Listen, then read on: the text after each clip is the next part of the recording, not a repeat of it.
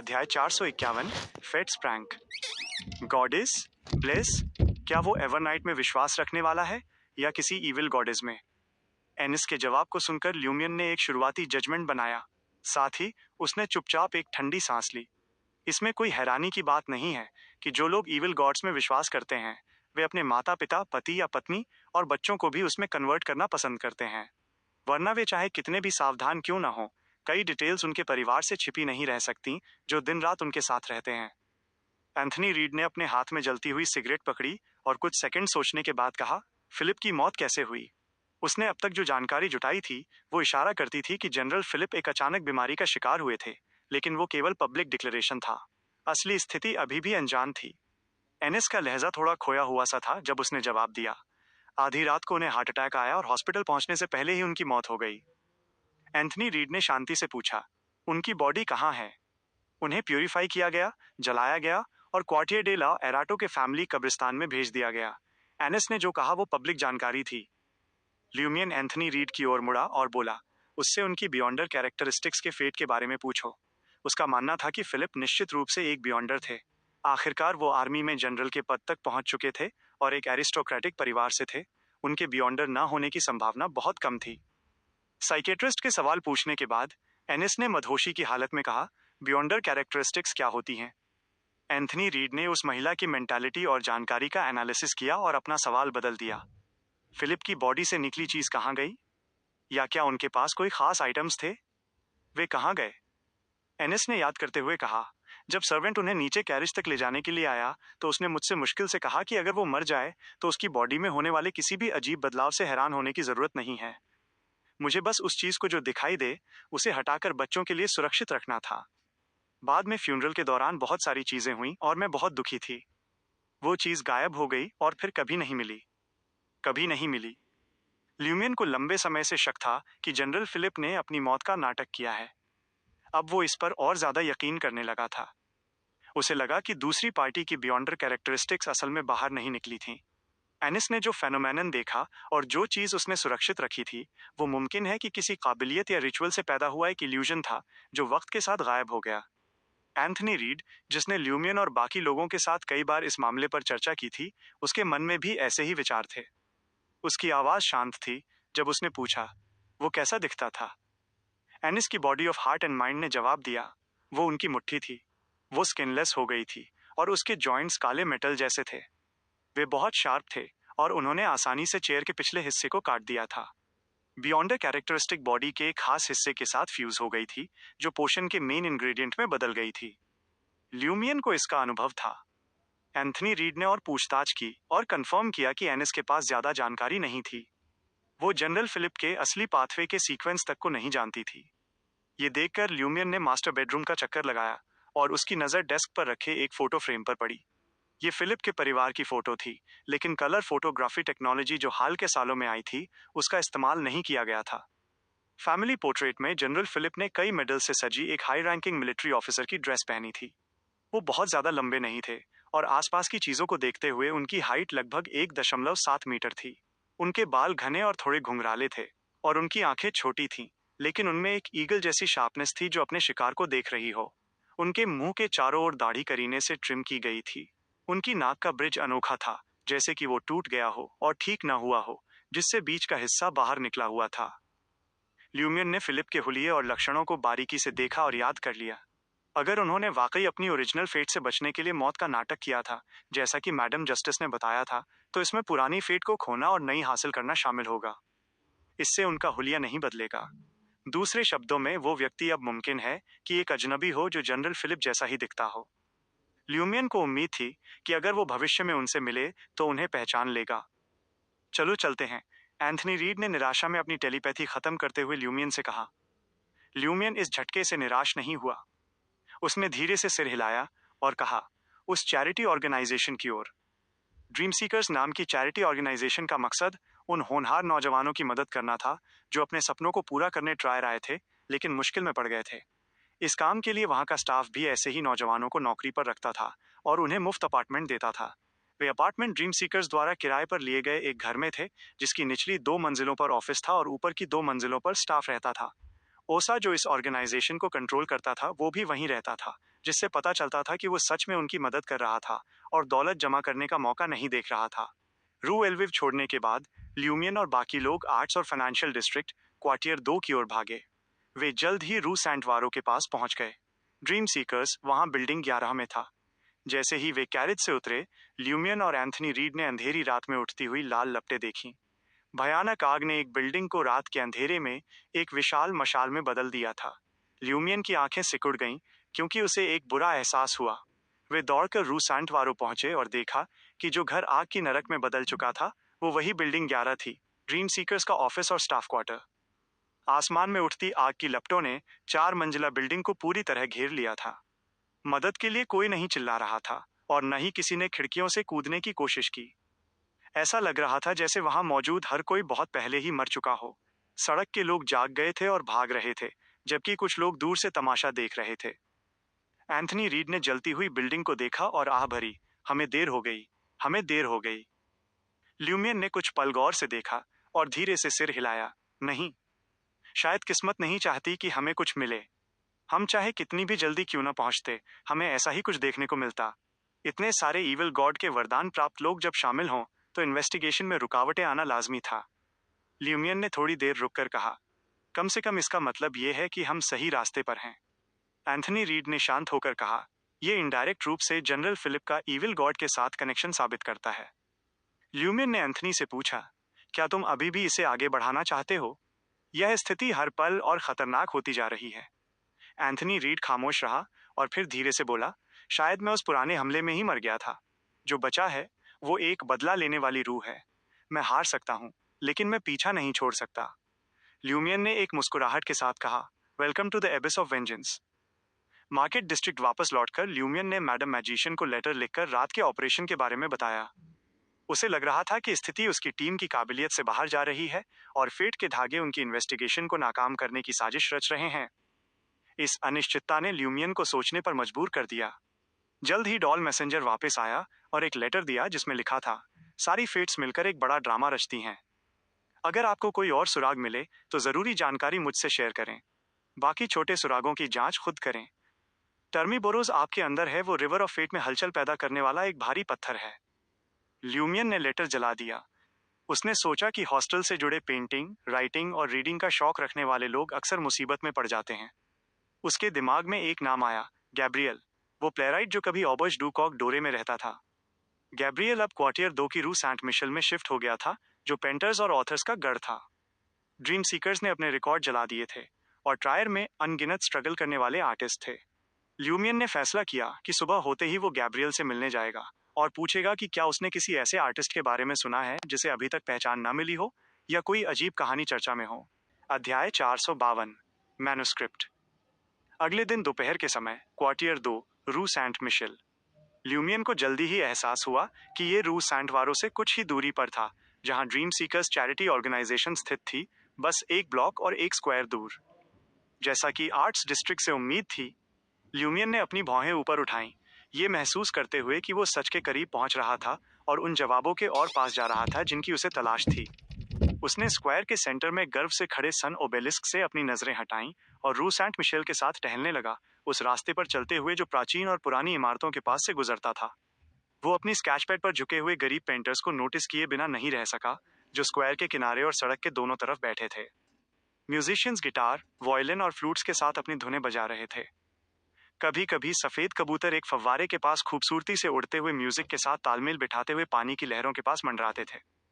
शरद ऋतु की गुनगुनी धूप ने इस सीन में एक कविता जैसा आकर्षण पैदा कर दिया था। मार्केट डिस्ट्रिक्ट में काफी समय बिताने के बाद, जो अक्सर बदले के विचारों, इन्वेस्टिगेशन में डूबे रहने या बैंक्वेट्स में हिस्सा लेने में गुजरता था, ल्यूमियन ने ट्रायर के इस कोर एरिया की रोजमर्रा की जिंदगी में खुद को बहुत कम डुबोया था। धूप और वहां के सुस्त माहौल से बेअसर होकर, एक brown round hat, light blue shirt और एक कैजुअल ब्राउनिश येलो सूट पहनकर वो थर्ड रेट ऑथर्स नाम के एक बार में चला गया। यहाँ ज्यादातर ग्राहक पुराने कपड़े पहने हुए थे, सस्ती शराब पी रहे थे और अलग अलग विषयों पर एनिमेटेड चर्चाओं में लगे थे। कभी कभी जब प्रेरणा मिलती तो वे पुरानी नोटबुक्स निकालते और अपने पास रखे फाउंटेन पेन से अपने विचार लिख लेते। जैसे ही ल्यूमियन बार काउंटर के पास पहुंचा, वो कुछ ग्राहकों के बीच हालिया आर्ट एग्जीबिशन को लेकर चल रही गर्मा गर्म चर्चा सुनने से खुद को नहीं रोक सका। वो कैफे नाम का पीस बहुत ही विवादास्पद है। कुछ लोग इसके वाइब्रेंट कलर्स और बेबाक कंपोजिशन की तारीफ कर रहे हैं। इसे एक एब्सर्ड फॉर्म में दिया गया साइलेंट प्रोटेस्ट मान रहे हैं। दूसरों को लगता है कि ये एब्स्ट्रैक्ट आर्ट के नाम पर जनता की बुद्धिमत्ता को धोखा देने की एक जानबूझकर की गई कोशिश है। मुझे ये बहुत दिलचस्प लगता है। आर्टिस्ट के आइडियाज उन ओवरलैपिंग कलर्स के जरिए बहुत ही सफाई से दिखाए गए हैं। जरा सोचिए, कितने सारे कैफे होते हैं, शोर शराबा, हलचल, अलग अलग बैकग्राउंड के लोग टकराते और एक अराजक मिश्रण की तरह मिलते हुए। मैं इसे एब्स्ट्रैक्ट आर्ट का एक क्रांतिकारी मास्टरपीस कहने को तैयार हूँ। क्या तुम उस तरह की एब्स्ट्रैक्ट आर्ट की बात कर रहे हो जिसे कभी पहचाना या बेचा नहीं गया? ल्यूमियन सोचने लगा। कैफे, क्या ये वही पेंटिंग नहीं है जिसे मुलेन ने अपने कूल्हों का इस्तेमाल करके बनाया था? कोई सच में इसे इतने ऊंचे सम्मान में रखता है? क्या ये वाकई उसकी जिंदगी का सबसे मशहूर और कीमती काम बन सकता है? उसने अपने होंठ भींचे और मन ही मन आह भरी, तुम ट्रायरियंस। बार काउंटर पर पहुंचकर ल्यूमियन ने एक गिलास एब्सिंथ के लिए 8 लिक्स खर्च किए और अपनी आवाज उठाई। सब लोग, मेरा एक सवाल है। अगर कोई जवाब दे सके तो ये गिलास मेरी तरफ से है। जैसे ही बार में मौजूद सभी नजरें उसकी ओर मुड़ी, ल्यूमियन ने बोला, मैं प्लेराइट गैब्रियल को ढूंढ रहा हूँ। मुझे उससे एक स्क्रिप्ट लिखवानी है। रू सैंट मिशेल में सड़क पर टकराने वाला लगभग हर कोई लेखक या पेंटर हो सकता था, और उस बार में तो बिल्कुल, जो अपनी साहित्यिक चर्चाओं और कलात्मक रचनात्मकता के लिए जाना जाता था। गैब्रियल की अक्सर दूसरे राइटर्स के साथ मीटिंग्स होती थीं, और वो अपने किराए के अपार्टमेंट में प्राइवेट गैदरिंग्स भी होस्ट करता था। आखिरकार लाइट सीकर की स्क्रीनिंग काफी सफल रही थी और वो काफी लोकप्रिय था, जिससे उसे काफी फायदे हुए थे। वो कुछ दिनों से दिखाई नहीं दिया है। उसका दावा है कि वो कहानी खत्म करने के लिए खुद को कमरे में बंद कर रहा है। बार काउंटर के पास एक अधेड़ उम्र के आदमी ने ल्यूमियन की पूछताछ का जवाब मुस्कुराते हुए दिया। वो शायद स्क्रिप्ट्स के काम में दबा हुआ है। क्या आप यहाँ मौजूद दूसरे प्रतिभाशाली लेखकों के बारे में सोचेंगे? कुछ दिनों से नहीं दिखा। ल्यूमियन ने पल भर के लिए अपनी भौहें सिकोड़ी और फिर रिलैक्स हो गया। जब तक मैं कोशिश न करूं, मुझे कैसे पता चलेगा? मैं पूरी ईमानदारी के साथ आया हूं। ठीक है, फटे पुराने फॉर्मल कोट वाले अधेड़ आदमी ने बुदबुदाते हुए कहा। मुझे उम्मीद है कि आप निराश नहीं होंगे। वो ल्यूमियन को 34 रू सैंट मिशेल ले गया और एटिक के पास 5वीं मंजिल तक सीढ़ियां चढ़ीं। बाहरी दीवारें और सीढ़ियां थोड़ी पुरानी थीं, लेकिन अभी भी अच्छी तरह से मेंटेन की गई थीं, और ऑबर्ज डुकॉक डोरे की तुलना में ये काफी साफ और खुली जगह थी। यहाँ गैब्रियल रहता है, दाढ़ी वाले अधेड़ आदमी ने ल्यूमियन को बताया और रूम 503 के भूरे लकड़ी के दरवाजे को खटखटाया। एक दबी हुई आवाज गूंजी, लेकिन कोई जवाब नहीं मिला। शायद वो खाना ढूंढने निकला है, या शायद उसने अपना काम पूरा कर लिया है और उस थिएटर मैनेजर से मिलने गया है जिसने उसे ये काम सौंपा था। अधेड़ आदमी ने जबरदस्ती की मुस्कान के साथ सुझाव दिया, क्या आप एक और ड्रिंक के लिए बार वापस चलना चाहेंगे? मैं खुद एक अनुभवी लेखक हूँ, हालांकि मैंने कभी स्क्रिप्ट राइटिंग में हाथ नहीं आजमाया। मेरी नॉवेल्स अंडरग्राउंड मार्केट में काफी अच्छी बिकती हैं। आपने क्या लिखा है?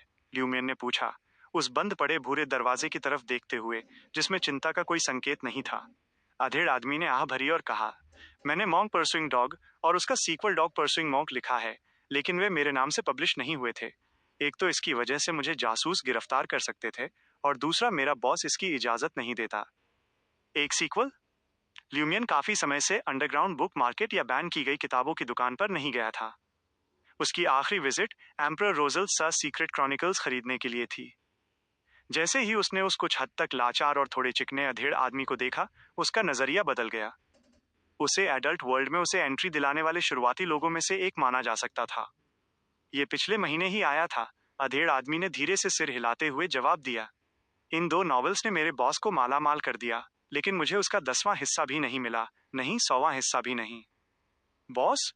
ल्यूमियन ने पूछताछ की। उसे याद आया कि बार्ड, जो अप्रैल फूल्स का एक की मेंबर था, उसने एक बार एम्परर रोजल से सीक्रेट क्रॉनिकल्स लिखी थी। उसने इसे इस पेशे के कामकाज को समझने और भविष्य में उसे ट्रैक करने की तैयारी के मौके के रूप में देखा। अधेड़ आदमी ने फिर से आह भरी। हमारे पास लेखक होने के अधिकार नहीं है, हम सिर्फ बॉस के लिए राइटिंग टूल्स हैं। वो हमारी मैन्युस्क्रिप्ट्स के लिए हमें एक फिक्स्ड लेकिन बहुत कम सैलरी देता है, दिशा और ज़रूरतें बताता है, और फिर उन्हें अपने चैनल्स के जरिए बेचता है। रू सैंट मिशेल में मेरे जैसे कई थर्ड रेट ऑथर्स हैं जिनके पास पेन नेम्स तक नहीं है। हम असेंबली लाइन वर्कर्स की तरह हैं। ल्यूमियन ने सम्मान दिखाते हुए पूछा, क्या मैं आपका नाम जान सकता हूँ? अधेड़ आदमी ने जवाब दिया, राबे। उसकी आंखों में ल्यूमियन को देखते हुए उम्मीद की झलक थी। ल्यूमियन ने अंडरग्राउंड लिटरेचर की दुनिया के बारे में और जानकारी जुटाई और अंत में कहा, अगर गैब्रियल के साथ मेरा समझौता नहीं हो पाता, तो मैं आपको एक मौका देने के बारे में सोचूंगा। राबे की खुशी साफ दिख रही थी जब उसने जवाब दिया, जब तक बॉस मुझे कोई नया मिशन नहीं देता, आप मुझे हर दिन थर्ड रेट ऑथर्स में ही पाएंगे। उस लेखक को जो कई इंटेस युवाओं के लिए इस क्षेत्र की शुरुआत करने वाला था। सीढ़ियों से नीचे जाते हुए देखकर ल्यूमियन ने अपनी जेब से एक तार निकाला और गैब्रियल का दरवाजा खोल दिया। ऑबर्ज डू कॉक डोरे में प्लेराइट के कमरे की तुलना में ये जगह काफी बड़ी थी, जिसमें एक बाथरूम और एक छोटा बेडरूम शामिल था। इसके अलावा ये एक living area, study, dining room और किचन के रूप में भी काम करता था।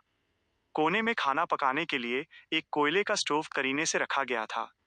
ल्यूमियन ने जल्दी से कमरे का जायजा लिया और खिड़की के पास वाली डेस्क पर मैन्युस्क्रिप्ट्स की तरह दिखने वाले कागजों का एक ढेर देखा। उसने अपने पीछे लकड़ी का दरवाजा बंद किया और डेस्क की ओर बढ़ा। ये गैब्रियल की लिखावट है, राबे सच कह रहा था। यह निश्चित रूप से गैब्रियल का निवास है। ल्यूमियन ने मैन्युस्क्रिप्ट्स को उठाकर पढ़ना शुरू किया। बेडरूम में जाते हुए उसे बिस्तर पर लापरवाही से रखी काली डंगरी, ब्लैक डंगरीज की एक जोड़ी दिखी। इस दृश्य ने उसके पिछले संदेह की पुष्टि कर दी, वो सही जगह पर था।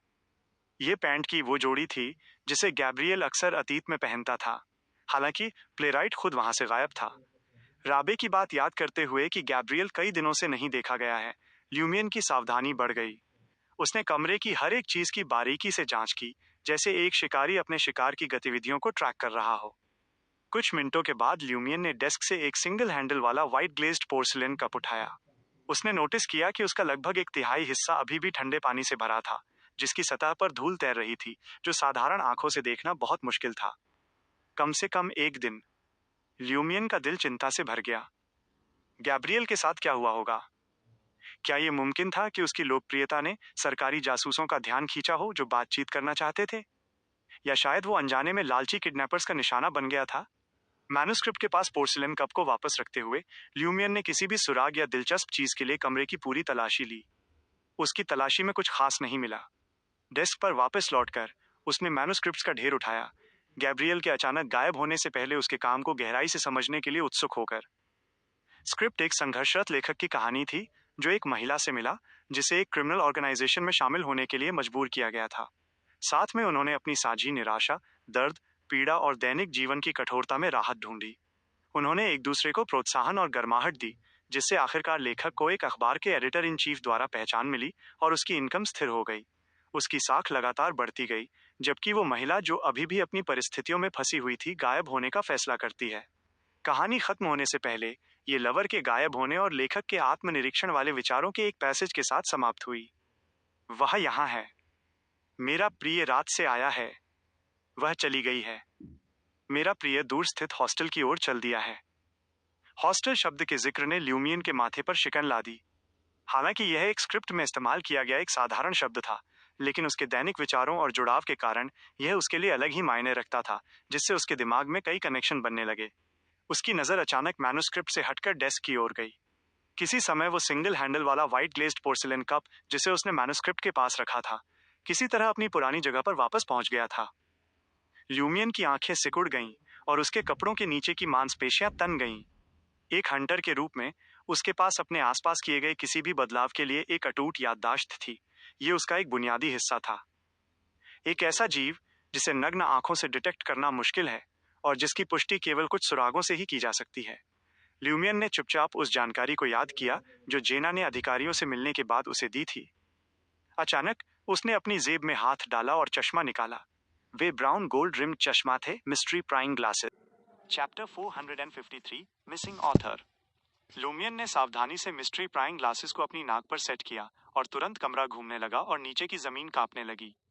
अपनी नौजिया और चक्कर आने की फीलिंग को दबाते हुए उसने देखा कि उसके सामने का सीन टुकड़ों में बट गया और ओवरलैप होने लगा, जिससे एक अजीब और दिलचस्प नजारा बन गया। बेड डेस्क से सटा हुआ था, जो छत की तरफ झुका हुआ लग रहा था। छत के पीछे एक नल दिखाई दे रहा था, जैसे कि उसे किसी अलमारी के अंदर फिट किया गया हो। ये सीन एक दूसरे के ऊपर चढ़े हुए ट्रांसल्यूसेंट कैनवसेस की तरह थे, जो ल्यूमियन की आंखों के सामने रिफ्लेक्ट हो रहे थे। अलमारी के पास एक सफेद पीला चेहरा सामने आया। उस चेहरे के भूरे बाल बिखरे हुए थे और नेचुरली दो हिस्सों में बटे थे। काली भूरे रंग की आंखें काले फ्रेम वाले चश्मे के पीछे चमक रही थीं। वो गैब्रियल था, जो पहले से साफ सुथरा दिख रहा था और ऐसा लग रहा था जैसे उसने काफी समय से रात भर जागकर काम नहीं किया हो। उस प्लेराइट ने एक खाली बिगड़ी हुई फिर भी सच में अजीब मुस्कान के साथ लूमियन की तरफ देखा। उसका दाहिना हाथ खाली जगह से बाहर निकला और धीरे से हाथ हिलाने के बाद उसका चेहरा उन पारदर्शी परतों की गहराई में सिमट गया और पूरी तरह गायब हो गया। लूमियन ने जल्दी से कमरे का जायजा लिया, लेकिन गैब्रियल वापस नहीं आया। उसने तुरंत मिस्ट्री प्राइंग ग्लासेस हटा दिए और उन्हें अपनी बाईं आंख पर आई ऑफ ट्रूथ से बदल दिया। ये मिस्टिकल आइटम, जो सफेद मांस और गहरे खून की नसों से बना था, उसके कान के हिस्से को कवर कर रहा था, जिससे लूमियन दूर के क्षितिज से आती तेज आवाजें सुन पा रहा था। आपस में उलझी हुई बैंगनी खून की नसें एक लेंस की तरह उसकी आंख से चिपक गईं, जिससे हल्का खून, रंगों की परतें और कमरे का एक तिहाई हिस्सा आसपास के माहौल में घुलता हुआ दिखाई देने लगा। एक अदृश्य पर्दा भी दिखाई दे रहा था, जो कांच की खिड़की जैसा लग रहा था। बाद के दो नजारे जल्दी से गायब हो गए या धीरे धीरे नॉर्मल हो गए। इससे पहले कि फुसफुसाहट और साफ होती, लूमियन ने आई ऑफ ट्रूथ हटा दिया और अपने धड़कते हुए माथे की मालिश की। दोनों मिस्टिकल आइटम से मिली जानकारी के आधार पर उसने अंदाजा लगाया कि गैब्रियल हॉस्टल से करप्ट हो गया था और एक ऐसी मौजूदगी बन गया था जिसे नॉर्मल तरीके से महसूस या छुआ नहीं जा सकता था। हालांकि प्ले राइट ने अपनी समझदारी का कुछ हिस्सा बचा रखा था। उसने लूमियन को पहचाना और खुशी खुशी उसे विदा भी किया। एक हैंडल वाले सफेद पोर्सिलेन कप को उसकी पुरानी जगह पर वापस रखना शायद एक तरह का ग्रीटिंग था, लूमियन का ध्यान खींचने की एक कोशिश। लूमियन ने अपनी भौहें सिकोड़ी। गैब्रियल एक मॉन्स्टर में बदलने को इतनी आसानी से कैसे मान गया, और खुश भी था। वो हॉस्टल के कांटेक्ट में कब आया था? उसकी नजर डेस्क पर रखी मैन्यूस्क्रिप्ट पर गई। उस अधूरे स्क्रिप्ट की कहानी उसे बहुत जानी पहचानी लगी। लूमियन ने मैन्यूस्क्रिप्ट उठाई और उसे पहले से धीमी रफ्तार से ध्यान से पढ़ना शुरू किया। पहले हिस्से को पढ़ने के बाद उसने कंफर्म किया कि उस स्क्रिप्ट का लीड कैरेक्टर गैब्रियल खुद ही था। उस कैरेक्टर की पर्सनालिटी, उसकी लाइफ की डिटेल्स, जो बुरा बर्ताव उसने सहा था और वल्गर काम करने की डिमांड, सब कुछ बिल्कुल गैब्रियल की लाइफ से मेल खा रहा था। फीमेल लीड के बारे में, जिसने खुद को अंडरवर्ल्ड में डुबो दिया था और मेल लीड की क्रिएशंस को लगातार बढ़ावा दिया था, लूमियन को लगा कि अगर जेंडर का फर्क ना होता तो वो खुद भी ऐसी बैकग्राउंड वाला हो सकता था। हालांकि फीमेल लीड की पर्सनालिटी, उसका बोलने का तरीका और उसके हौसला बढ़ाने वाले शब्द उसके अपने शब्दों से बिल्कुल अलग थे। यहाँ तक कि भीड़ वाले सीन्स में भी लूमियन को चार्ली की झलक दिखाई दे रही थी। असल में फीमेल लीड की पहचान, बैकग्राउंड और भीड़ के बीच के अनुभव चार्ली और उसकी अपनी सिचुएशन का मिक्सचर लग रहे थे। लेकिन वो कोई और था जिसने मेल लीड के साथ बात की थी। गैब्रियल ने पहले बताया था कि सिर्फ उसने और ह्यूमन मॉडल सेरेफिन ने ही उसे ऑबर्ज डू कॉकडोर में मोटिवेट किया था। चार्ली ने तो बस उसके साथ शराब पी थी, बिना उसका मजाक उड़ाए। एक ह्यूमन मॉडल? सही बात है, एक पेंटर के लिए ह्यूमन मॉडल। सेरेफिन ने बाहर जाने से पहले गैब्रियल के साथ एक रात बिताई थी। लूमियन ने तेजी से कड़ियों को जोड़ा। उसे लगा कि मुसीबत की जड़ सेरेफिन हो सकती है, वही ह्यूमन मॉडल। ये औरत एक बार मॉडल के तौर पर एक पेंटर के साथ एक छोटे से समुद्र किनारे वाले शहर गई थी। लंबे समय तक गायब रहने के बाद वो ऑबर्ज डू कॉकडोर वापस आ गई थी। पेंटर? क्या गैब्रियल उस रात करप्ट हो गया था जब सेरेफिन वापस आई थी? क्या यह पॉसिबल था कि सेरेफिन हॉस्टल चली गई हो? लूमियन ने स्क्रिप्ट को बारीकी से पढ़ा, एक भी शब्द नहीं छोड़ा। चूंकि ये कहानी गैब्रियल के अपने अनुभवों से पैदा हुई थी, इसमें बिना किसी शक के कई असली डिटेल्स और सच्ची भावनाएं थीं, जो कीमती सुराग थे। जब लूमियन स्क्रिप्ट को पढ़ना जारी रखा, खिड़की से छनकर आती धूप में उसे गैब्रियल के दिल के अंदर छिपे प्यार का एहसास हुआ। वो गैब्रियल के पछतावे का दर्द, हिचकिचाहट और एक रिश्ते की तड़प महसूस कर सकता था, जिसे गैब्रियल को लगा था कि वो आसानी से छोड़ सकता है, जब वो नई शुरुआत के लिए एक बेहतर इलाके में गया था। आखिर में वो उसे भुला नहीं पाया था। लीड कैरेक्टर अपने दिल की सच्ची इच्छाओं और फीलिंग्स के प्रति ज्यादा अवेयर होकर उनसे भागना बंद कर दिया और अपनी लवर के निशान तलाशने के मिशन पर निकल पड़ा। उसने उन लोगों को खोजा जो उसे जानते थे, उन मोटल और होटलों में गया जो कभी कभी उसके सपनों में आते थे, और अपनी लवर पर बेस्ड नए आर्टवर्क्स की तलाश में गैलरीज की छानबीन की। फिर भी उसकी कोशिशें बेकार साबित हुईं, जिससे उसने इनर मोनोलॉग लिखना शुरू किया। ये यहाँ अचानक खत्म हो गया। मैं नहीं बता सकता कि उसे सेरेफिन मिली या नहीं। लूमियन ने निराशा में मैन्यूस्क्रिप्ट नीचे रख दी और दराज चेक करने का फैसला किया कि कहीं वहां कोई ड्राफ्ट, आउटलाइन या नोटबुक हो, जिसमें आगे की जानकारी या इंस्पिरेशन मिल सके। अफसोस की बात है कि दराज के सामान में स्क्रिप्ट का सिर्फ पहला हिस्सा ही था। जब तक गैब्रियल दूसरे हिस्से तक पहुंचा था, ऐसा लगता था कि वो अपनी भावनाओं में गहराई तक उतर गया था और एक ही बार में अपना इनर मोनोलॉग लिख दिया था। लूमियन ने अपने सामने रखे पेपर्स को देखा और सिचुएशन के बारे में सोचने लगा। स्क्रिप्ट और कमरे की दूसरी चीजों से यह साफ था कि गैब्रियल सेरेफिन को ढूंढने में कामयाब नहीं हुआ था। दूसरे शब्दों में, वो असल में हॉस्टल के कांटेक्ट में नहीं आया था। इसके अलावा न तो स्क्रिप्ट और न ही रेप का डिस्क्रिप्शन ये बताता है कि लिखने का काम बंद करने तक गैब्रियल ने करप्शन या वरदान का कोई साइन दिखाया था। जब वो अपनी लवर को खोने के गम में डूबा था, तो ये एक नॉर्मल इमोशनल रिस्पॉन्स था। तो फिर ये इंसान अचानक एक न छुए जाने वाले, न दिखने वाले मॉन्स्टर में कैसे बदल गया?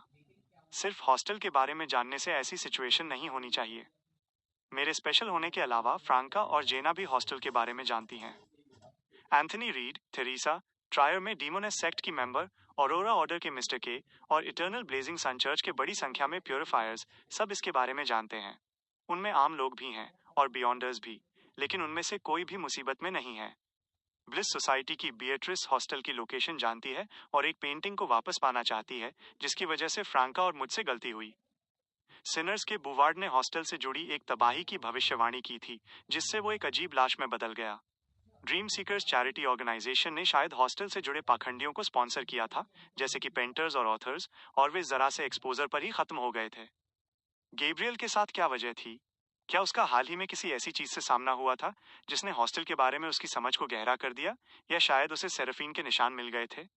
लूमियन ने एक शुरुआती अंदाजा लगाया और एक क्लियर गोल के साथ गैब्रियल के किराए के अपार्टमेंट की पूरी तलाशी ली। कुछ नहीं मिला। फिर उसने 34 रू सैन मिशेल छोड़ा और वापस थर्ड रेट ऑथर बार की तरफ चल पड़ा, जहां वो रेब के बगल में बैठ गया, जो अपनी ड्रिंक में डूबा हुआ था। एक गिलास लाफी वर्ट, लूमियन ने बार काउंटर पर हाथ मारते हुए ऑर्डर दिया। फिर वो रेब की तरफ मुड़ा और पूछा, क्या तुम्हें पता है कि गैब्रियल पिछले कुछ दिनों से कहाँ है? रेब ने खिड़की के पास एक छोटी गोल मेज की तरफ इशारा किया और जवाब दिया, तुम्हें उनसे पूछना होगा। बिना पेन नेम के घोस्टराइटर के तौर पर काम करने वाले एक गरीब लेखक के रूप में रेब खुद को खुशनसीब मानता था कि वो गैब्रियल जैसे उभरते हुए सितारे को जानता था और उसकी प्राइवेट मीटिंग्स में शामिल होता था। उसे अपने बॉस के दिए गए मिशनों को पूरा करने के लिए रोज काम करना पड़ता था, जो उसे उनकी एक्टिविटीज में शामिल होने से रोकता था। रेब के बताए अनुसार लूमियन छोटी गोल मेज के पास पहुंचा और वहां बैठे 4 लोगों को देखकर हैरान रह गया। क्या ये वही लोग नहीं थे जिन्होंने पेंटर मलन के आर्ट स्पूफ कैफे पर चर्चा की थी? लूमियन के पूछने पर ग्रुप के लीडर ने उलझन भरे एक्सप्रेशन के साथ जवाब दिया, हमने गैब्रियल को आखिरी बार 2 दिन पहले देखा था। हम सब एक आर्ट एग्जीबिशन में शामिल होने के लिए साथ में ट्रायर आर्ट सेंटर गए थे। Art exhibition? लूमियन की भौहें फड़क उठीं। Dot dot dot Trocadero town. Franca, जिसने सफेद जैकेट पहनी थी, ब्राउन सौरॉन के पीछे चल रही थी, जिसने काला कोट पहना था। वे अंगूर की बेलों से सजे एक मैनर के अंदर जा रहे थे। जिज्ञासा के साथ फ्रांका ने पूछा, तुम मुझे कहाँ ले जा रहे हो? ब्राउन्स ने उसकी तरफ एक सरसरी नजर डाली। मैं तुम्हें अपने टीचर से मिलाने ले जा रही हूँ। तुमने असेसमेंट को सफलतापूर्वक पार कर लिया है और अब तुम हमारे संप्रदाय की एक ऑफिशियल मेंबर हो। ब्राउन्स सौरॉन का टीचर, एक हाई रैंकिंग डीमोनेस? क्या ये इंसान ट्रायर में डीमोनेस सेक्ट का लीडर हो सकता है? फ्रांका के दिमाग में विचार दौड़ने लगे। उसने मुस्कुराते हुए पूछा, क्या इसका मतलब है कि मैं मेंबरशिप के फायदों पर्क्स का आनंद ले सकती हूँ? ये शब्द पर्क्स एम्परर रोजेल ने बनाया था और इसे इंटिस में पहचान मिली थी। जब फ्रैंका ने सवाल किया, ब्राउन्स ने उससे थोड़ी दूरी बनाए रखी और पूछा, बदले में तुम्हें क्या चाहिए? बिना किसी हिचकिचाहट के फ्रांका ने जवाब दिया, अफ्लिक्शन का पोषण फॉर्मूला। अफ्लिक्शन असासन पाथवे के सीक्वेंस 5 का नाम था, जिसे अक्सर डीमोनेस ऑफ अफ्लिक्शन कहा जाता था। ब्राउन्स ने मजाक उड़ाते हुए एक आवाज निकाली, ऐसी रिक्वेस्ट करना काफी हिम्मत की बात है। क्या तुम्हें लगता है कि तुमने अफ्लिक्शन के पोषण फॉर्मूले के लिए पर्याप्त योगदान अंक, कंट्रीब्यूशन पॉइंट्स जमा कर लिए हैं? वो एक पल के लिए रुकी और फिर जोड़ा, बेशक, अगर तुम कुछ हासिल करने में संप्रदाय की मदद कर सको तो ये तुम्हारा रिवॉर्ड हो सकता है। फ्रैंका, जिसे शुरू में बहुत कम उम्मीद थी और वो सिर्फ कोशिश कर रही थी, उसने ब्राउन्स की तरफ देखा। और वो चीज क्या है? मौके का फायदा उठाते हुए ब्राउन्स ने समझाया, हमें जानकारी मिली है कि iron and blood cross order ने कुछ महीने पहले एक अंडरग्राउंड टनल के जरिए गुपचुप तरीके से एक आइटम ट्रायर में पहुंचाया था। अगर तुम पता लगा सको कि वो क्या है और उसके मालिक को पहचान सको, तो तुम एफ्लिक्शन पोषण फॉर्मूले की हकदार होगी। कुछ महीने पहले अंडरग्राउंड टनल, ट्रायर में सीक्रेट डिलीवरी। फ्रांका को अचानक राट क्रिस्टो के सगे भाई की मौत याद आई। सवाए मॉब के स्मगलिंग लीडर की उसके भाई और ट्रांसपोर्ट किए गए सामान को ढूंढने में मदद करने की कोशिश में वो और लूमियन एक अजीब मिरर वर्ल्ड में फंस गए थे, जहां से वे बाल बाल बचे थे। अपने उस एडवेंचर के दौरान फ्रांका को एक क्लासिक स्टर्लिंग सिल्वर मिरर मिला था। Chapter 454, hidden honorific name. Franca के मन में काफी समय से उस चीज की सच्चाई जानने की इच्छा थी जिसे गार्डनर मार्टिन ने रैट क्रिस्टो के जरिए ट्रायर में स्मगल किया था। हालांकि पिछले महीनों में गार्डनर मार्टिन ने ऐसा व्यवहार किया जैसे वो घटना कभी हुई ही न हो और उसके आसपास कोई खास चीज दिखाई नहीं दी। देखने में ऐसा लगता था कि डीमोनेस सेक्ट उस चीज को बहुत इंपॉर्टेंस दे रहा है। सही बात है, चूंकि उस चीज ने उस अजीब मिरर वर्ल्ड को ट्रिगर किया था, इसकी बहुत संभावना थी कि वो असासिन और हंटर पाथवे की शक्तियों से जुड़ी हो। फ्रांका ने एक पल के लिए सोचा और फिर मान लिया, मैं जानती हूँ तुम किस बारे में बात कर रही हो। उसने ब्राउन सौरॉन को उसी तरह समझाया जैसे उन्होंने पास्ट में रैट क्रिस्टो को सिचुएशन समझाई थी। असल में उसने सब कुछ शेयर किया सिवाय इस सच के कि वो और लूमियन एक मिरर वर्ल्ड में खींचे चले गए थे। इसके बजाय उन्होंने लूमियन की बचने की यूनिक एबिलिटी पर भरोसा किया और बताया कि कैसे उसने एक क्लासिक सिल्वर मिरर हासिल किया जो उन्हें मिरर वर्ल्ड तक ले गया। रथ के अनुसार उसका भाई और उसके कई साथी मॉन्स्टर्स में बदल गए थे जिसमें उनके बाएं और दाएं हाथों का उल्टा होना भी शामिल था। इसने प्यूरिफायर्स का ध्यान खींचा और उन्हें खत्म कर दिया गया। फ्रैंका ने जानबूझकर विस्तार से बताया और ब्राउन सौरॉन के रिएक्शन से यह भांपने की कोशिश की कि मिरर के लोगों के दिखने पर उसकी क्या प्रतिक्रिया होती है। ब्राउन्स ने अपनी भौहें थोड़ी सिकोड़ी। ऑफिशियल बियॉन्डर्स को कैसे पता चला कि कुछ गड़बड़ है? ऐसा लगता है कि वो मिरर के लोगों और उनके खास लक्षणों के बारे में जानती है। फ्रैंका ने दूसरी तरफ देखा और अपना सिर हिलाया। उस सवाल के लिए आपको किसी प्यूरिफायर के पास जाना होगा, मेरे पास नहीं। बिना किसी और चर्चा के ब्राउन्स फ्रैंका को अंगूर की बेलों और दूसरी लताओं से घिरे एक गोल मंडप पवेलियन की ओर ले गई। उस गोल मंडप में एक औरत बैठी थी जिसने काले रंग की कोट ड्रेस पहनी थी। उसकी चमकीली गहरी ग्रे आंखों में थोड़ी उदासी थी और उसके करीने से बंधे काले बालों से कुछ लटें निकल रही थीं जो नेचुरली नीचे गिर रही थीं और उसके शांत चेहरे पर एक आकर्षण जोड़ रही थीं। उस औरत के थोड़े मुड़े हुए लाल होंठ, ग्रेसफुल जबड़ा और सॉफ्ट चेहरे के नैन नक्श देखते ही फ्रांका उसकी बेमिसाल खूबसूरती से दंग रह गई। हालांकि उसकी हैरानी जल्द ही सहानुभूति की एक ऐसी फीलिंग में बदल गई जिसे समझाया नहीं जा सकता था। हालांकि वो चकित थी और दिल के दर्द की एक फीलिंग महसूस कर रही थी। फ्रांका को यह याद करने में लगभग 10 सेकंड लग गए कि वो इस औरत से पहले मिल चुकी है। उसने उसे तब देखा था जब वो और लुमियन कॉन्सर्ट में नकली थेरेसा बिएट्रिस इनकोट की निगरानी कर रहे थे। वहां मौजूद सबसे खूबसूरत औरत के रूप में उसे एक यादगार के तौर पर ऑर्केस्ट्रा के साथ फोटो खिंचवाने के लिए स्टेज पर बुलाया गया था। क्या वो ब्राउन्स की टीचर है, एक हाई रैंकिंग डीमोनेस? इसमें कोई आश्चर्य नहीं है, एक हाई रैंकिंग डीमोनेस का इस ऑपरेशन की देखरेख करना और इसकी सफलता सुनिश्चित करना। फ्रांका एक पल के लिए हैरान हुई, लेकिन जल्द ही महसूस किया कि ये सिचुएशन वैसी ही थी जैसी उसने उम्मीद की थी। जिस चीज की उसने उम्मीद नहीं की थी वो ये थी कि इस औरत ने खुलेआम उनका पीछा किया था और स्टेज पर फोटो खिंचवाने में हिस्सा भी लिया था। ब्राउन सौरॉन ने अपनी टीचर का इंट्रोडक्शन कराते हुए कहा, ये मेरी टीचर हैं, demoness of black Clarice. Demoness of black. Madam judgment के अनुसार अपने टाइटल में रंग रखने वाली डीमोनेसिस को डीमोनेस सेक्ट के डेमिगॉड्स के बीच भी असाधारण माना जाता है। कुछ के तो एंजल्स होने का भी शक है। फ्रांका ने अपना हाथ अपने सीने पर रखा और थोड़ा झुककर सम्मान दिया। एक विनम्र और जेंटलमैन तरीके से उसने कहा, आपसे मिलकर खुशी हुई, डीमोनेस ऑफ ब्लैक। फ्रांका ने उस औरत की खूबसूरती की तारीफ करने से परहेज किया। वो समझती थी कि डीमोनेस सेक्ट की ज्यादातर डीमोनेसेस अपनी खूबसूरती पर गर्व करती थीं और साथ ही इसे लेकर मन में एक द्वंद्व कॉन्फ्लिक्ट भी रखती थीं। बाहर वालों की तारीफ को आमतौर पर ग्रेस के साथ स्वीकार किया जाता था, जिससे शायद कुछ शर्मिंदगी भी हो सकती थी। हालांकि अगर फ्रैंका, जो उनका असली जेंडर जानती थी, ऐसी तारीफ करती तो इसे उकसावे या मजाक के रूप में लिया जा सकता था। डीमोनेस ऑफ ब्लैक क्लैरिस ने थोड़ा सिर हिलाया और कहा, हर मेंबर को प्राइमोर्डियल वन में विश्वास करना होगा। तुम्हें 1 महीने पहले ही इसके बारे में जान लेना चाहिए था। अब आधिकारिक तौर पर उनकी प्रार्थना करने का समय आ गया है। फ्रांका को बिल्कुल भी आश्चर्य नहीं हुआ। बुरे देवताओं की पूजा करने वाले सीक्रेट ऑर्गेनाइजेशंस को आमतौर पर नए मेंबर्स को अपने देवता के प्रति समर्पित होने की जरूरत होती थी, जिससे वे कंट्रोल हासिल कर सकें और उनकी असुरक्षाओं को दूर कर सकें। हाल ही में ब्राउन से मिलने के दौरान फ्रांका ने मैडम जजमेंट के निर्देशों का पालन किया था, जिसमें उसने मिस्टर फूल के एक एंजल से सुरक्षा के लिए एक शुरुआती रिचुअल किया था। हम सब प्राइमोर्डियल वन की संतान हैं, फ्रांका ने इस दौरान ब्राउन्स के गाइडेंस का पालन करते हुए श्रद्धा और सम्मान के साथ जवाब दिया। क्लैरिस के चेहरे के एक्सप्रेशन गंभीर हो गए और उसकी आंखें प्रशंसा से भर गईं। मेरे साथ हर्मीज में प्राइमोर्डियल वन का सम्मानजनक नाम, हॉनोरिफिक नेम दोहराओ। सभी तबाही का स्रोत, विनाश और सर्वनाश का प्रतीक, वो डीमोनेस जो केओस को कंट्रोल करती है। हालांकि डीमोनेस ऑफ ब्लैक इंटीजियन भाषा में बोल रही थी, लेकिन आसपास का माहौल काफी अंधेरा हो गया। अंगूर की बेलें धीरे से ऐसे हिलने लगीं, जैसे वे जहरीले सांपों में बदल रही हों। फ्रांका शांत रही और हर्मिस में 3 लाइनों वाले हॉनोरिफिक नेम को दोहराया। अचानक उसने देखा कि अंगूर की बेलें उसकी ओर बढ़ रही हैं। वे मोटी और मोटी होती गईं और उन्होंने उस गोल मंडप को पूरी तरह से घेर लिया। अजगर जैसी बेलों में से एक फ्रांका की ओर बढ़ी और उसके सिरे पर एक गहरी नीली खड़ी आंख खुली। उसमें फ्रांका की परछाई दिख रही थी। वो आकृति तेजी से बिगड़ने लगी और एक खून से लथपथ चेहरे वाले आदमी में बदल गई।